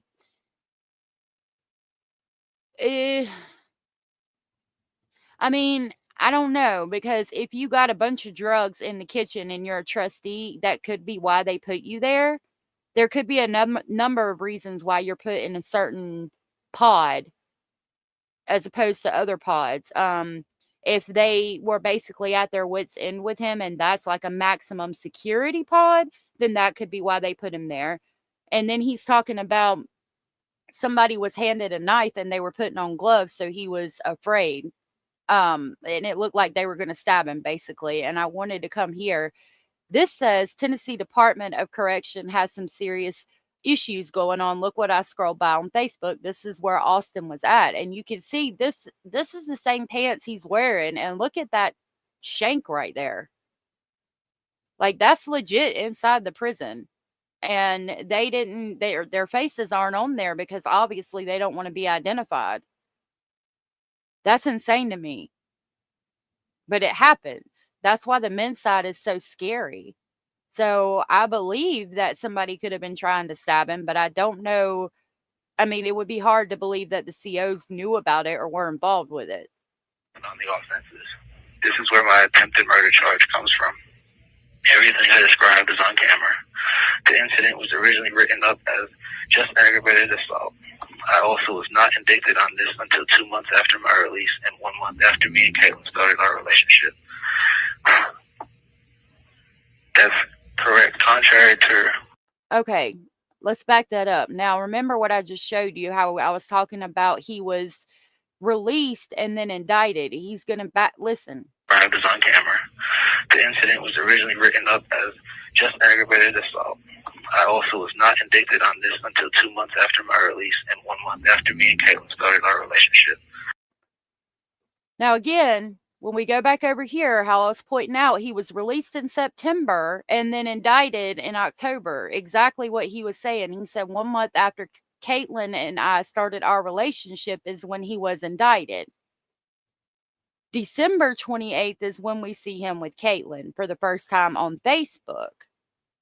But that doesn't mean that's when they got together. Everybody was saying they got together shortly after he got out of prison.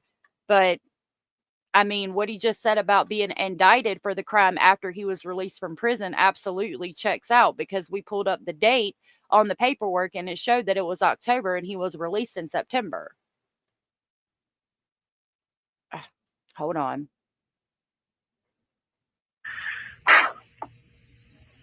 That's correct. Contrary to what is being reported, me and Katlin did not start any communication until 1 month after my release. The attempted murder occurred in August of 2023. I was released in September 2024 and indicted in November 2024. Me and Katlin are both sure that I was only charged for it and that it was upgraded from aggravated assault to attempted murder in response to her quitting and dating me. Also, a couple days before my release, I met with a... Okay, hold on.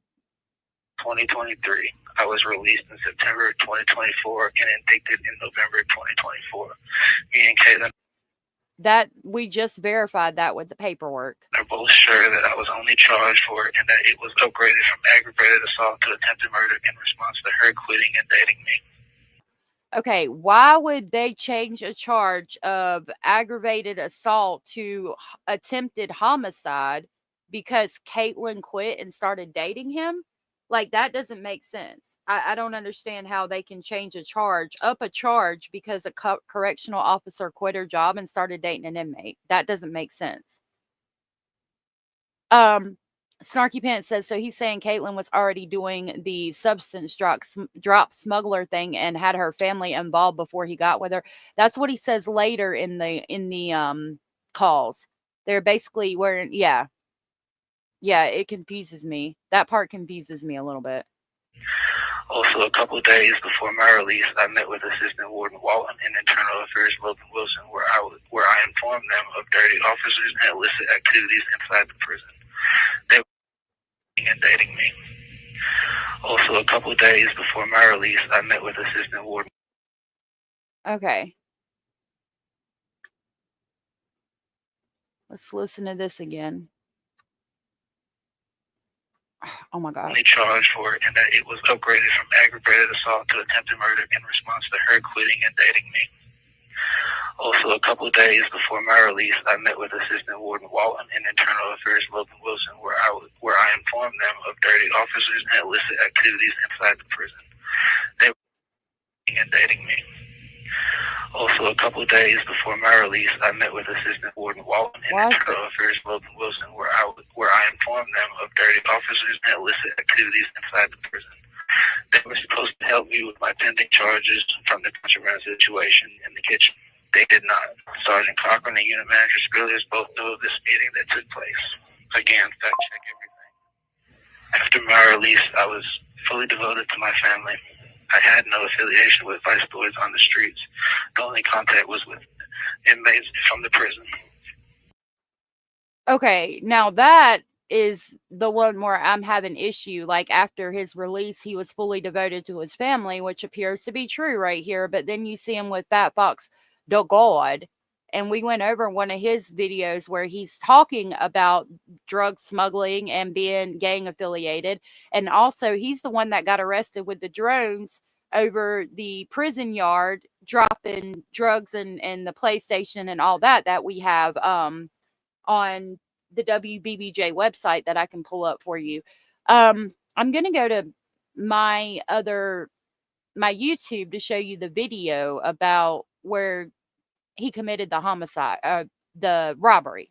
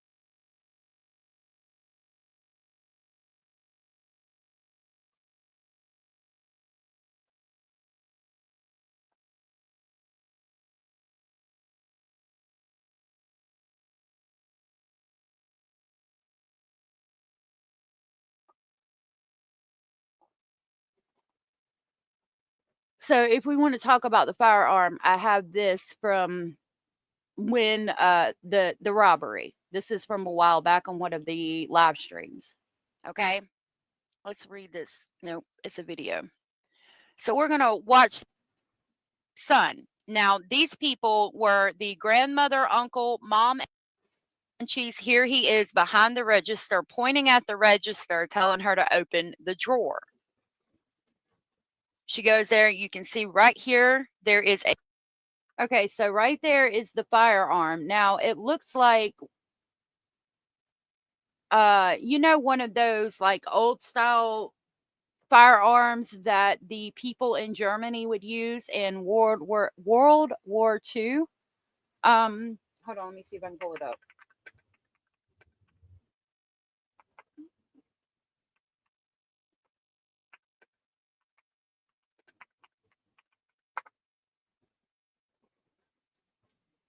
Yay, it's raining. Okay, here we go. It looks like one of those to me. Okay, not this, but like this with the thin barrel like that. Okay, I'm going to click back over. It's hard to see it, but you can see that barrel is, sorry, hold on. You can see that barrel is very thin right there. Okay, it's not like a 9mm. Right there is the barrel sticking out, and it don't look no bigger than a pencil.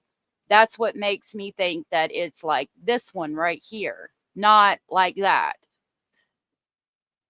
So in order for it to be like one of those, I've never seen a BB gun that has the barrel on it like that. You know what I mean? So I don't think it was a BB gun, even though he claims it was a BB gun, and it's real convenient because that firearm was never located. I'll leave that where it is because it will come into play of this tragedy. Now it's time for some dirt. CO Michael Kane at Northwest Correctional Complex is friends of the DA in Lake County and is heard on a recorded call talking inside of the cell of the leader of the Vice President in Tennessee. On his cell phone, the inmate's cell phone, I mean. Federal agents have also heard hits put out and allowed inmates to be assaulted over recorded calls. This is the truth. It'll take some digging because they're trying to hide it. But again, fact check me. Now allow me to dive into the relationship with Matthew, Braden, Adriana, and Courtney. They were Katlin's family who became my family. I took Adriana to the hospital to have her baby. I helped teach Braden to drive. I pushed him to do good in school. I paid Courtney's bills during hard times. Matthew was like a little brother to me. I tried to help him get clean off of the drugs. They were a part of the drug smuggling in Northwest before I ever met them. Okay, now my issue with this is that allegedly when they found Austin Drummond, he was living in his car addicted to methamphetamine. It's a BB gun? Like, really? Can you tell me what type? Gypsy Rosen, it's good to see you. If you can tell me what type, let me know, because it didn't look like one to me. I can pull it back up. That's a great point too about Katlin being involved prior. So where's her indictment? They got to be able to prove it beyond a reasonable doubt to a court of law, would be my thought process on that. If he was living in his car addicted to methamphetamine, the whole I was trying to be a good person and get him clean off the substances and working undercover doesn't make much sense. But to get people to go undercover, a lot of times it is drug addicts or people with charges. I would think it's more related to his charges, though. Bringing in Suboxone strips to Brandon, Adriana, and Braden's dad, member of Katlin's Austin family. Drummond, who I love very dearly. And I'm sorry to bring them into this, but Britt Ashley Childress warned me early on about Courtney to keep my hey, distance. Crop Top. She even said someday she might try to set me up. They also. Why do you think that Adriana would set you up, though? That doesn't make very much sense to me. Like, why is she an issue? Saw Matthew with an ARP at one time a while back. That will play into this case as well. An ARP is the type of weapon that the news reported I was allegedly carrying in all camo. Although Matthew, Courtney, Braden, and Adriana were family, the feds were clear I had to give everyone up. That included them. I hated doing it, but I had Katlin, our daughter, our son on the way, and 2 disabled parents I had to be there for. I chose them and I would do it again. I can't go into much detail, but I lost the phone that had correspondence between myself and federal agents when I was around Braden and Courtney, Matthew, and Adriana. Matthew also had an uncle that worked TDOC for 20 years. All right, I'm going to break these down on another phone call. I mean, on a video, I think. I wanted to show y'all this that she had. Michael Voss, the CO that got fired for sexual conduct with an inmate. Look what he shared about Austin. Thoughts? So this is Michael Voss. Let's fucking go about Austin being captured. Fuck this piece of shit. I know exactly who he is.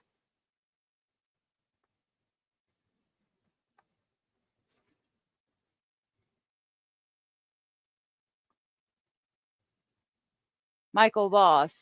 Online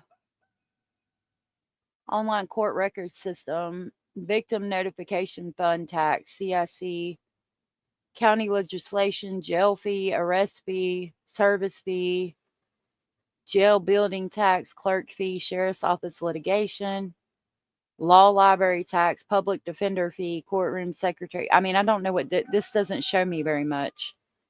I don't get what you're trying to show me there. Oh, hold on. There's more. So I think this is the alleged CO. He was a defendant in circuit court and he was deposed. Oh, there's the charge with sexual contact with an inmate. He is the CO. The violation date was November 1st of 2023.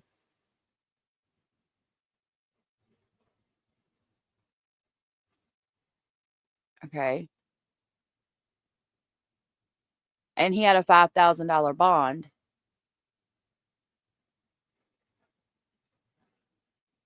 Huh. Okay. More proof that DA Goodman allegedly lied. The indictment paperwork proves it was Austin and another inmate. Tanaka Brown, was backing Austin up when he noticed what was happening. Take note on what Austin said, though. They changed the charge to from assault to attempted homicide. This paperwork wasn't even signed until November, so any changes could have been made beforehand. You'll notice exactly what Austin said. Timothy dropped his black gloves before Austin went in to defend himself against what he was going to do to him. Austin was on offense, like he said, and his buddy came for backup. Guards did not do anything at all. And that's talking about the video.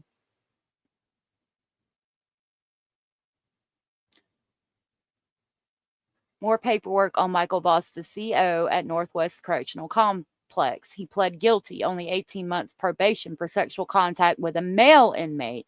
This is for everyone that commented saying he wasn't convicted. All right, I'm gonna try to go through this. Here's the video, and we did just watch that video. And there are black gloves over there, and that's the one where Austin appears to have some kind of wooden, looks like a wooden pole or something, trying to defend himself. In a parole hearing, he stated he robbed the store and it was with a BB gun. Right, but I was pointing out, and he said that in the jail call, and what I was pointing out was the BB guns that I know of that look like an actual pistol they usually look like a 9mm because my sons have them.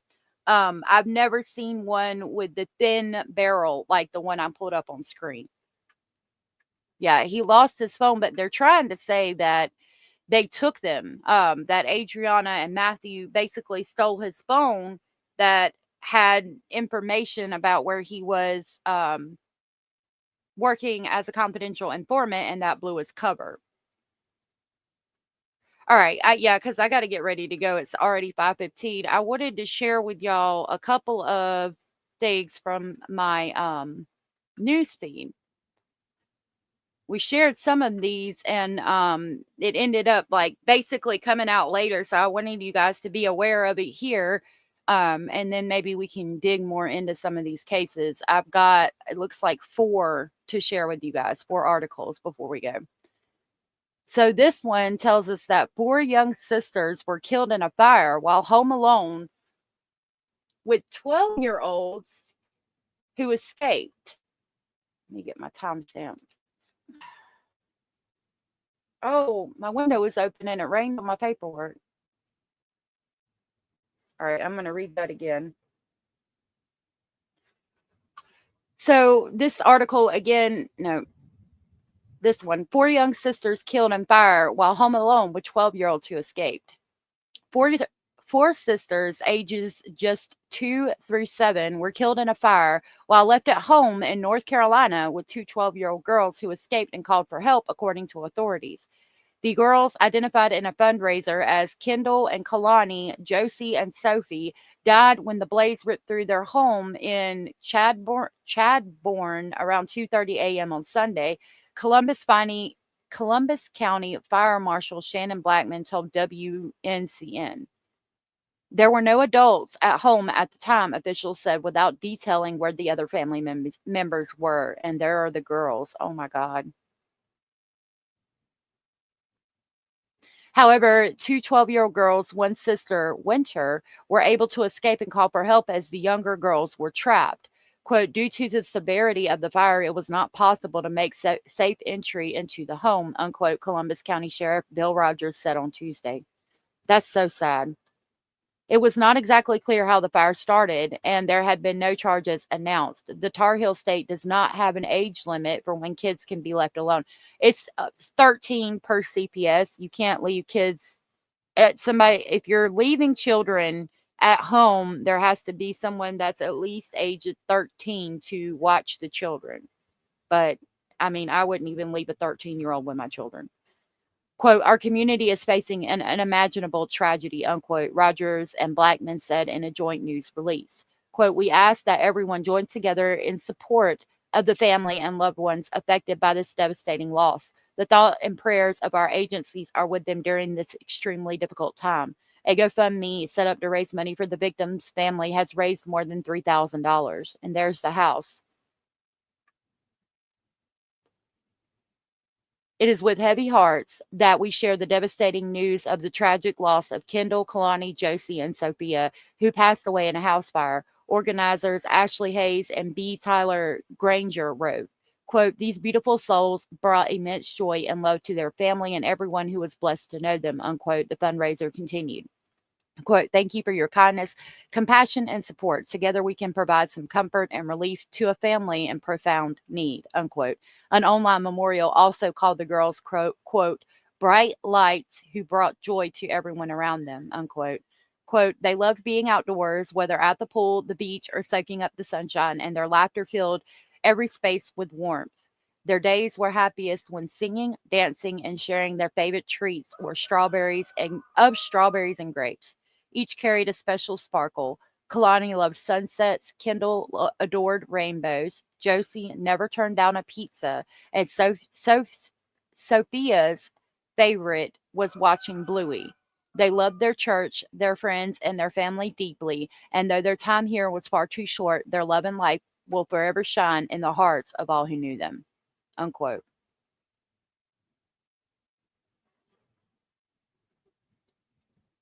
That's really sad. Can we discuss him going back to the crime scene and Katlin? I want to break down this preliminary hearing some more in this video. I'm going to do some digging tonight as long as I have time. And we're going to dig into that. We're probably going to go more into it tomorrow after the Megan Boswell sentencing. Common sense comes to mind when leaving children of any age home alone.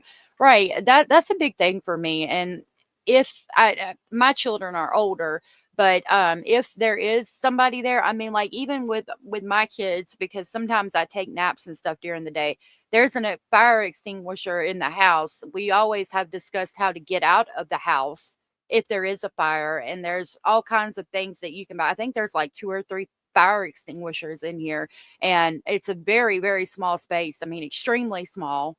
And I'll leave that at that. But I don't know. I don't want to victim blame or anything. I want to be very careful, but I think it's a sad thing, a sad occurrence at any level. You know what I mean?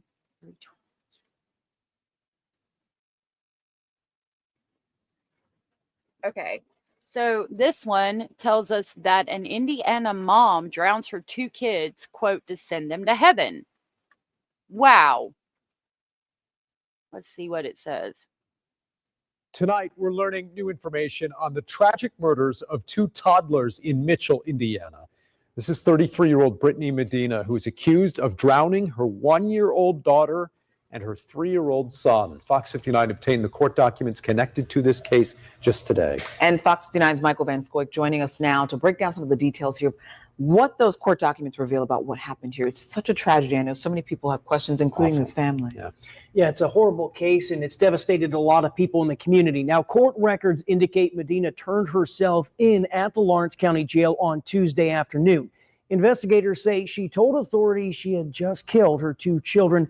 We want to warn you, some viewers may find details in this story disturbing. Mitchell police and Lawrence County detectives responded to this home Tuesday, finding 2 young children dead inside a bathroom. Prior to their arrival, court documents show Brittany Medina walked into the Lawrence County Jail, indicating she sent her 3-year-old son and 1-year-old daughter to heaven.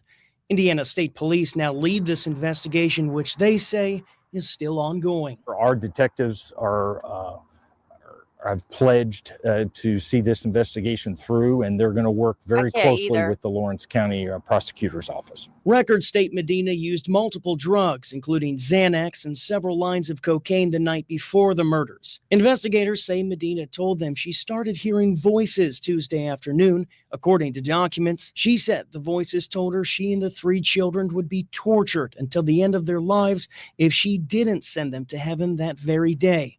We spoke to the children's grandmother Wednesday night. She had a mental illness. She was sick. It doesn't take away from what she did to the children. She did wrong. She killed my grandkids. But she has a mental illness, you know. We just ask for prayers for everybody. Documents go on to say Medina admitted to getting into a bathtub with both children, telling the kids she loved them and giving both a kiss. According to documents, she told investigators she submerged both children simultaneously underneath the water by holding them both around their necks until they no longer had a pulse. When something, something like the death of children occurs, it can really rock a community regardless of its size. Sergeant Kevin Getz with ISP. Girl, in my lifetime, I've raised 12 children. Okay. Like I'll never understand it. She said she had a mental illness. I'm wondering if she was like possibly schizophrenic or something to that effect. He says this case has done just that. Mitchell community members say the town is very close knit. Could really shake you to your core, because we always think of children as part of our most vulnerable in our community. They give unconditional love. Medina now faces 2 murder charges and 2 charges for neglect of a child causing death. And investigators say the case is still open and Medina is being held in the Lawrence County Jail without bond. Meanwhile, the family asked for continued prayers. In the studio, Michael Van Scoik, Fox 59. Jesus. That was hard. Poor babies. I wonder if the mother was schizophrenic, but I mean, it doesn't take away, it's not an excuse for what happened. All right, I've got this one and then one more for us to talk about. It says sickening parents arrested for keeping 5 children in a dungeon, a DA said. 2 Pennsylvania parents are now in jail after allegedly leaving their 5 children trapped in what officials are calling a, quote, dungeon, unquote, according to the Fayette County District Attorney's Office. James Russell Call, 65, and Carly Call were arrested on Wednesday after allegedly keeping their 5 children, ranging in ages from 5 to 14, in, quote, deplorable living conditions, unquote, the DA's office said in a press release on Wednesday. Back on August 8th at approximately 1:30 p.m., troopers responded to the couple's home in Redstone Township, Pennsylvania, after Fayette County Children and Youth Services received a complaint about the conditions in the house. And there's a photo of these 2 deplorable pieces of human excrement. Lord. Once in the home, officials observed living conditions that included, quote, no beds, boarded up windows, feces covered on the bedroom walls, fleas, limited clothing, and no food. Oh, wow. That reminds me of the 13 other children we just talked about. The DA's office said officials determined that James Russell Call, quote, locked the children's bedroom door from the outside, trapping the children inside, unquote, throughout part of the day and all night, authorities said. This room, quote, functioned as a dungeon with video cameras hardwired to the father's room, unquote, the DA said. Authorities also found 3 deadbolt locks on the outside of the door with, quote, no door handle for the children to escape, unquote. The removal order was signed by a common plea judge, and the children were, quote, immediately removed from the home and placed into the care of Fayette County Children and Youth Services, the DA said. Officials conducted forensic interviews with the victims over the past weeks, and all 5 children, quote, remain in placement, unquote, the DA said. Then, almost a month later, on Wednesday, a search warrant was served at the residence, with officials recovering a stun gun, replica pistol, substances, and substance paraphernalia, the DA said. Wow, that's a nice house. The parents were then arrested and taken into police custody, the DA's office said. They were charged with aggravated assault, recklessly endangering another person, endangering the welfare of children, conspiracy, the use of an incapacitation device, marijuana, and the use and possession of substance paraphernalia, according to court records. The 2 were denied bail, according to court records. After the preliminary arraignment on Thursday, the couple's next hearing is scheduled for September 17th, according to court records. The Fayette County DA's office did not immediately respond to ABC News' request for comment. It is unclear if Carly Hall has an attorney who can speak on her behalf. The office of James Russell Call's attorney did not immediately respond to the request for comment. That's such a nice house. Like, what the fuck is wrong with people? I mean, at this point, Tanya, like, Lord have mercy. Teresa said it's like there's a secret manual for torturing children. They all do similar things. What the fuck is going on? Don't make no damn sense. All right, this is the last one that I had for you guys for today. And this one is human remains. Over 100 human remains found in Nevada desert sparked chilling federal investigation. 1 month ago, a passerby stumbled across something disturbing in the Nevada desert. Scattered across the area were dozens of piles of what appeared to be cremated human remains. The Bureau of Land Management has now joined forces with the Las Vegas Metropolitan Police Department to investigate the grim discovery. A chilling discovery in the Nevada desert has left investigators and locals shaken, and it all began with one passerby. On July 28th, someone walking near a dirt road outside Searchlight, a rural community about an hour south of Las Vegas, stumbled upon dozens of neat piles of what looked like cremated remains. Scattered nearby were zip ties and what appeared to be part of an urn. Alarmed, the passerby quickly contacted authorities. Federal officials later confirmed the ashes were indeed human, formally referring to them as cremains. What has only deepened the mystery is how carefully arranged the piles appeared, even after weeks of exposure to wind, rain, and desert sun. Images from the site shared by 8 News Now show rows of separated ash mounds that look strangely untouched by the harsh elements. No personal items or identifying markers were found with the remains. I saw a picture of this and it did look kind of weird. I wanted to show y'all that. The Bureau of Land Management is now working alongside the Las Vegas Metropolitan Police Department to piece together how and why the remains ended up there. While spreading ashes on federal land is not illegal, Nevada law does make it a crime to fail to dignify the dead. According to 8 News Now, that responsibility largely falls on funeral operators to ensure human remains are handled respectfully.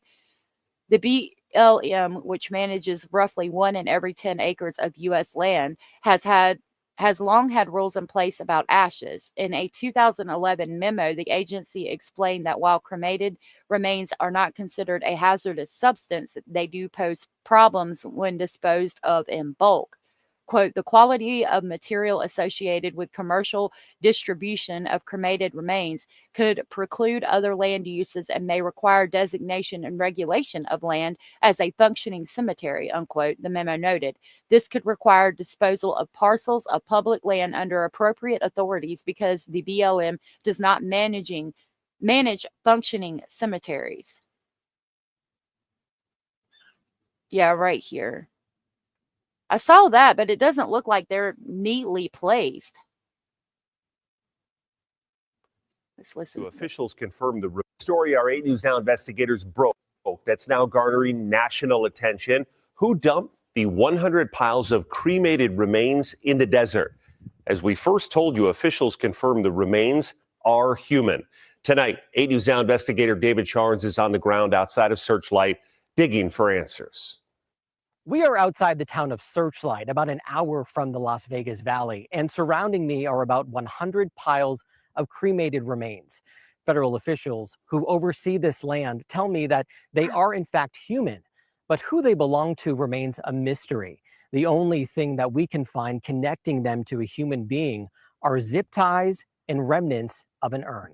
More than 100 piles of cremated remains dot the Nevada desert, just a few miles from Searchlight, a town itself home to just a few hundred.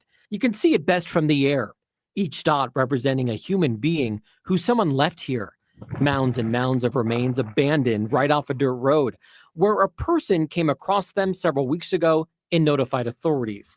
Since then, the Bureau of Land Management working to figure out just who's responsible. Our loved ones are so connected to us, and paying tribute is really the final opportunity we have to memorialize a life. Kurt Soph is a funeral director in Utah. We interviewed him recently for a different investigation involving a shuttered funeral home. While spreading ashes on federal land is not a crime, failing to dignify the dead is. Nevada law requires funeral operators protect the dignity of all remains. What we truly strive to do is care for the living while we get the dead to where they need to go. Dozens, though, ending I don't here, know. enduring the rain and the sun, in a possible attempt to never be found. I did check with the Clark County coroner, who obviously oversees the county. They say because this is federal land, they have nothing to do with this case. However, the Bureau of Land Management does want to hear from anybody who may know who these belong to. Outside of Searchlight, I'm David Charnes, 8 News Now. There is no evidence that the discovery of the 100 or so piled of cremated remains is connected to that recently closed funeral home. Representatives with the BLM declined our interview request, citing the active investigation. We have a link to report a tip inside the article on the story over on our website. The international. So that was pretty interesting. I had this pulled up, which I'll share with y'all. There's not a whole lot of people in here. I'll share y'all this with y'all before we leave. Said don't toss out old mason jar lids when there are 18 clever ways to reuse them in the garden. And I have a ton of those. And some of them are rusty. I thought that was a cute idea. You can create sun catchers. It looks like they use tape or something and put flowers in it.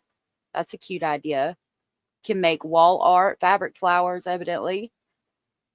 You can grow sprouts. Repurpose an old chandelier. I don't like that. I think that's kind of ugly.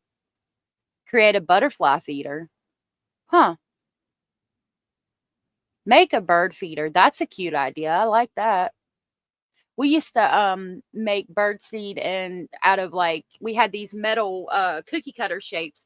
And every year in January for homeschooling, you take bird seed and clear unflavored gelatin, and you mix the gelatin with the bird seed and put it in the cookie cutters and let it firm up, and then you poke a hole in it with a pencil and you just tie it to the tree, and that way the birds have something to eat in the wintertime. And we did that. So I've kind of done that. That's a cute idea to do with it. Craft wind chimes. That's a cute idea with a stick. Oh, you can make a little reef with it. Pest control. Damaging food. Oh, you use it okay, so it's like a salt shaker to spread food grade diatomaceous earth. Use it as an outdoor candle holder, and they took one and glued little pumpkins around it. That's cute. Turn it into a planter. So there they show one with a lid on it. That's a planter. Arrange flowers. Make solar lights. I didn't know you could make solar lights with those. Oh, you can use them as plant labels. Create outdoor torches. Oh, that's a cute little pumpkin. DIY seasonal decor. I like that idea. I might do that one. Oh, I guess that's all of it. I like that little pumpkin. That's a cute little pumpkin. If they had orange colors, I think it'd be better. Orange with that green and white instead of the flower. Looks like they used maybe washi tape. All right, y'all, that's going to be it for me today. Thank you for being here. Thank you for the support. I'm going to make a video on that Austin Drummond situation. I'm real interested in that because I don't know if it's that I want to believe he's a confidential informant and there's an explanation for why he committed the quadruple homicide of people he considered family that were extended family, or like if I'm just trying to see the good in it or trying to find some good or some explanation or what. But I don't know. Definitely going to be digging into it. And I'll see y'all tomorrow. Thank you guys for being here. And thank you for coming back daily. I will see y'all tomorrow for the Megan Boswell sentencing. And who knows what else we'll get into. Until then, stay safe. Know that you are enough. You are important. You are special. And you are all very loved. I love y'all all very much. Y'all have a good night. Bye.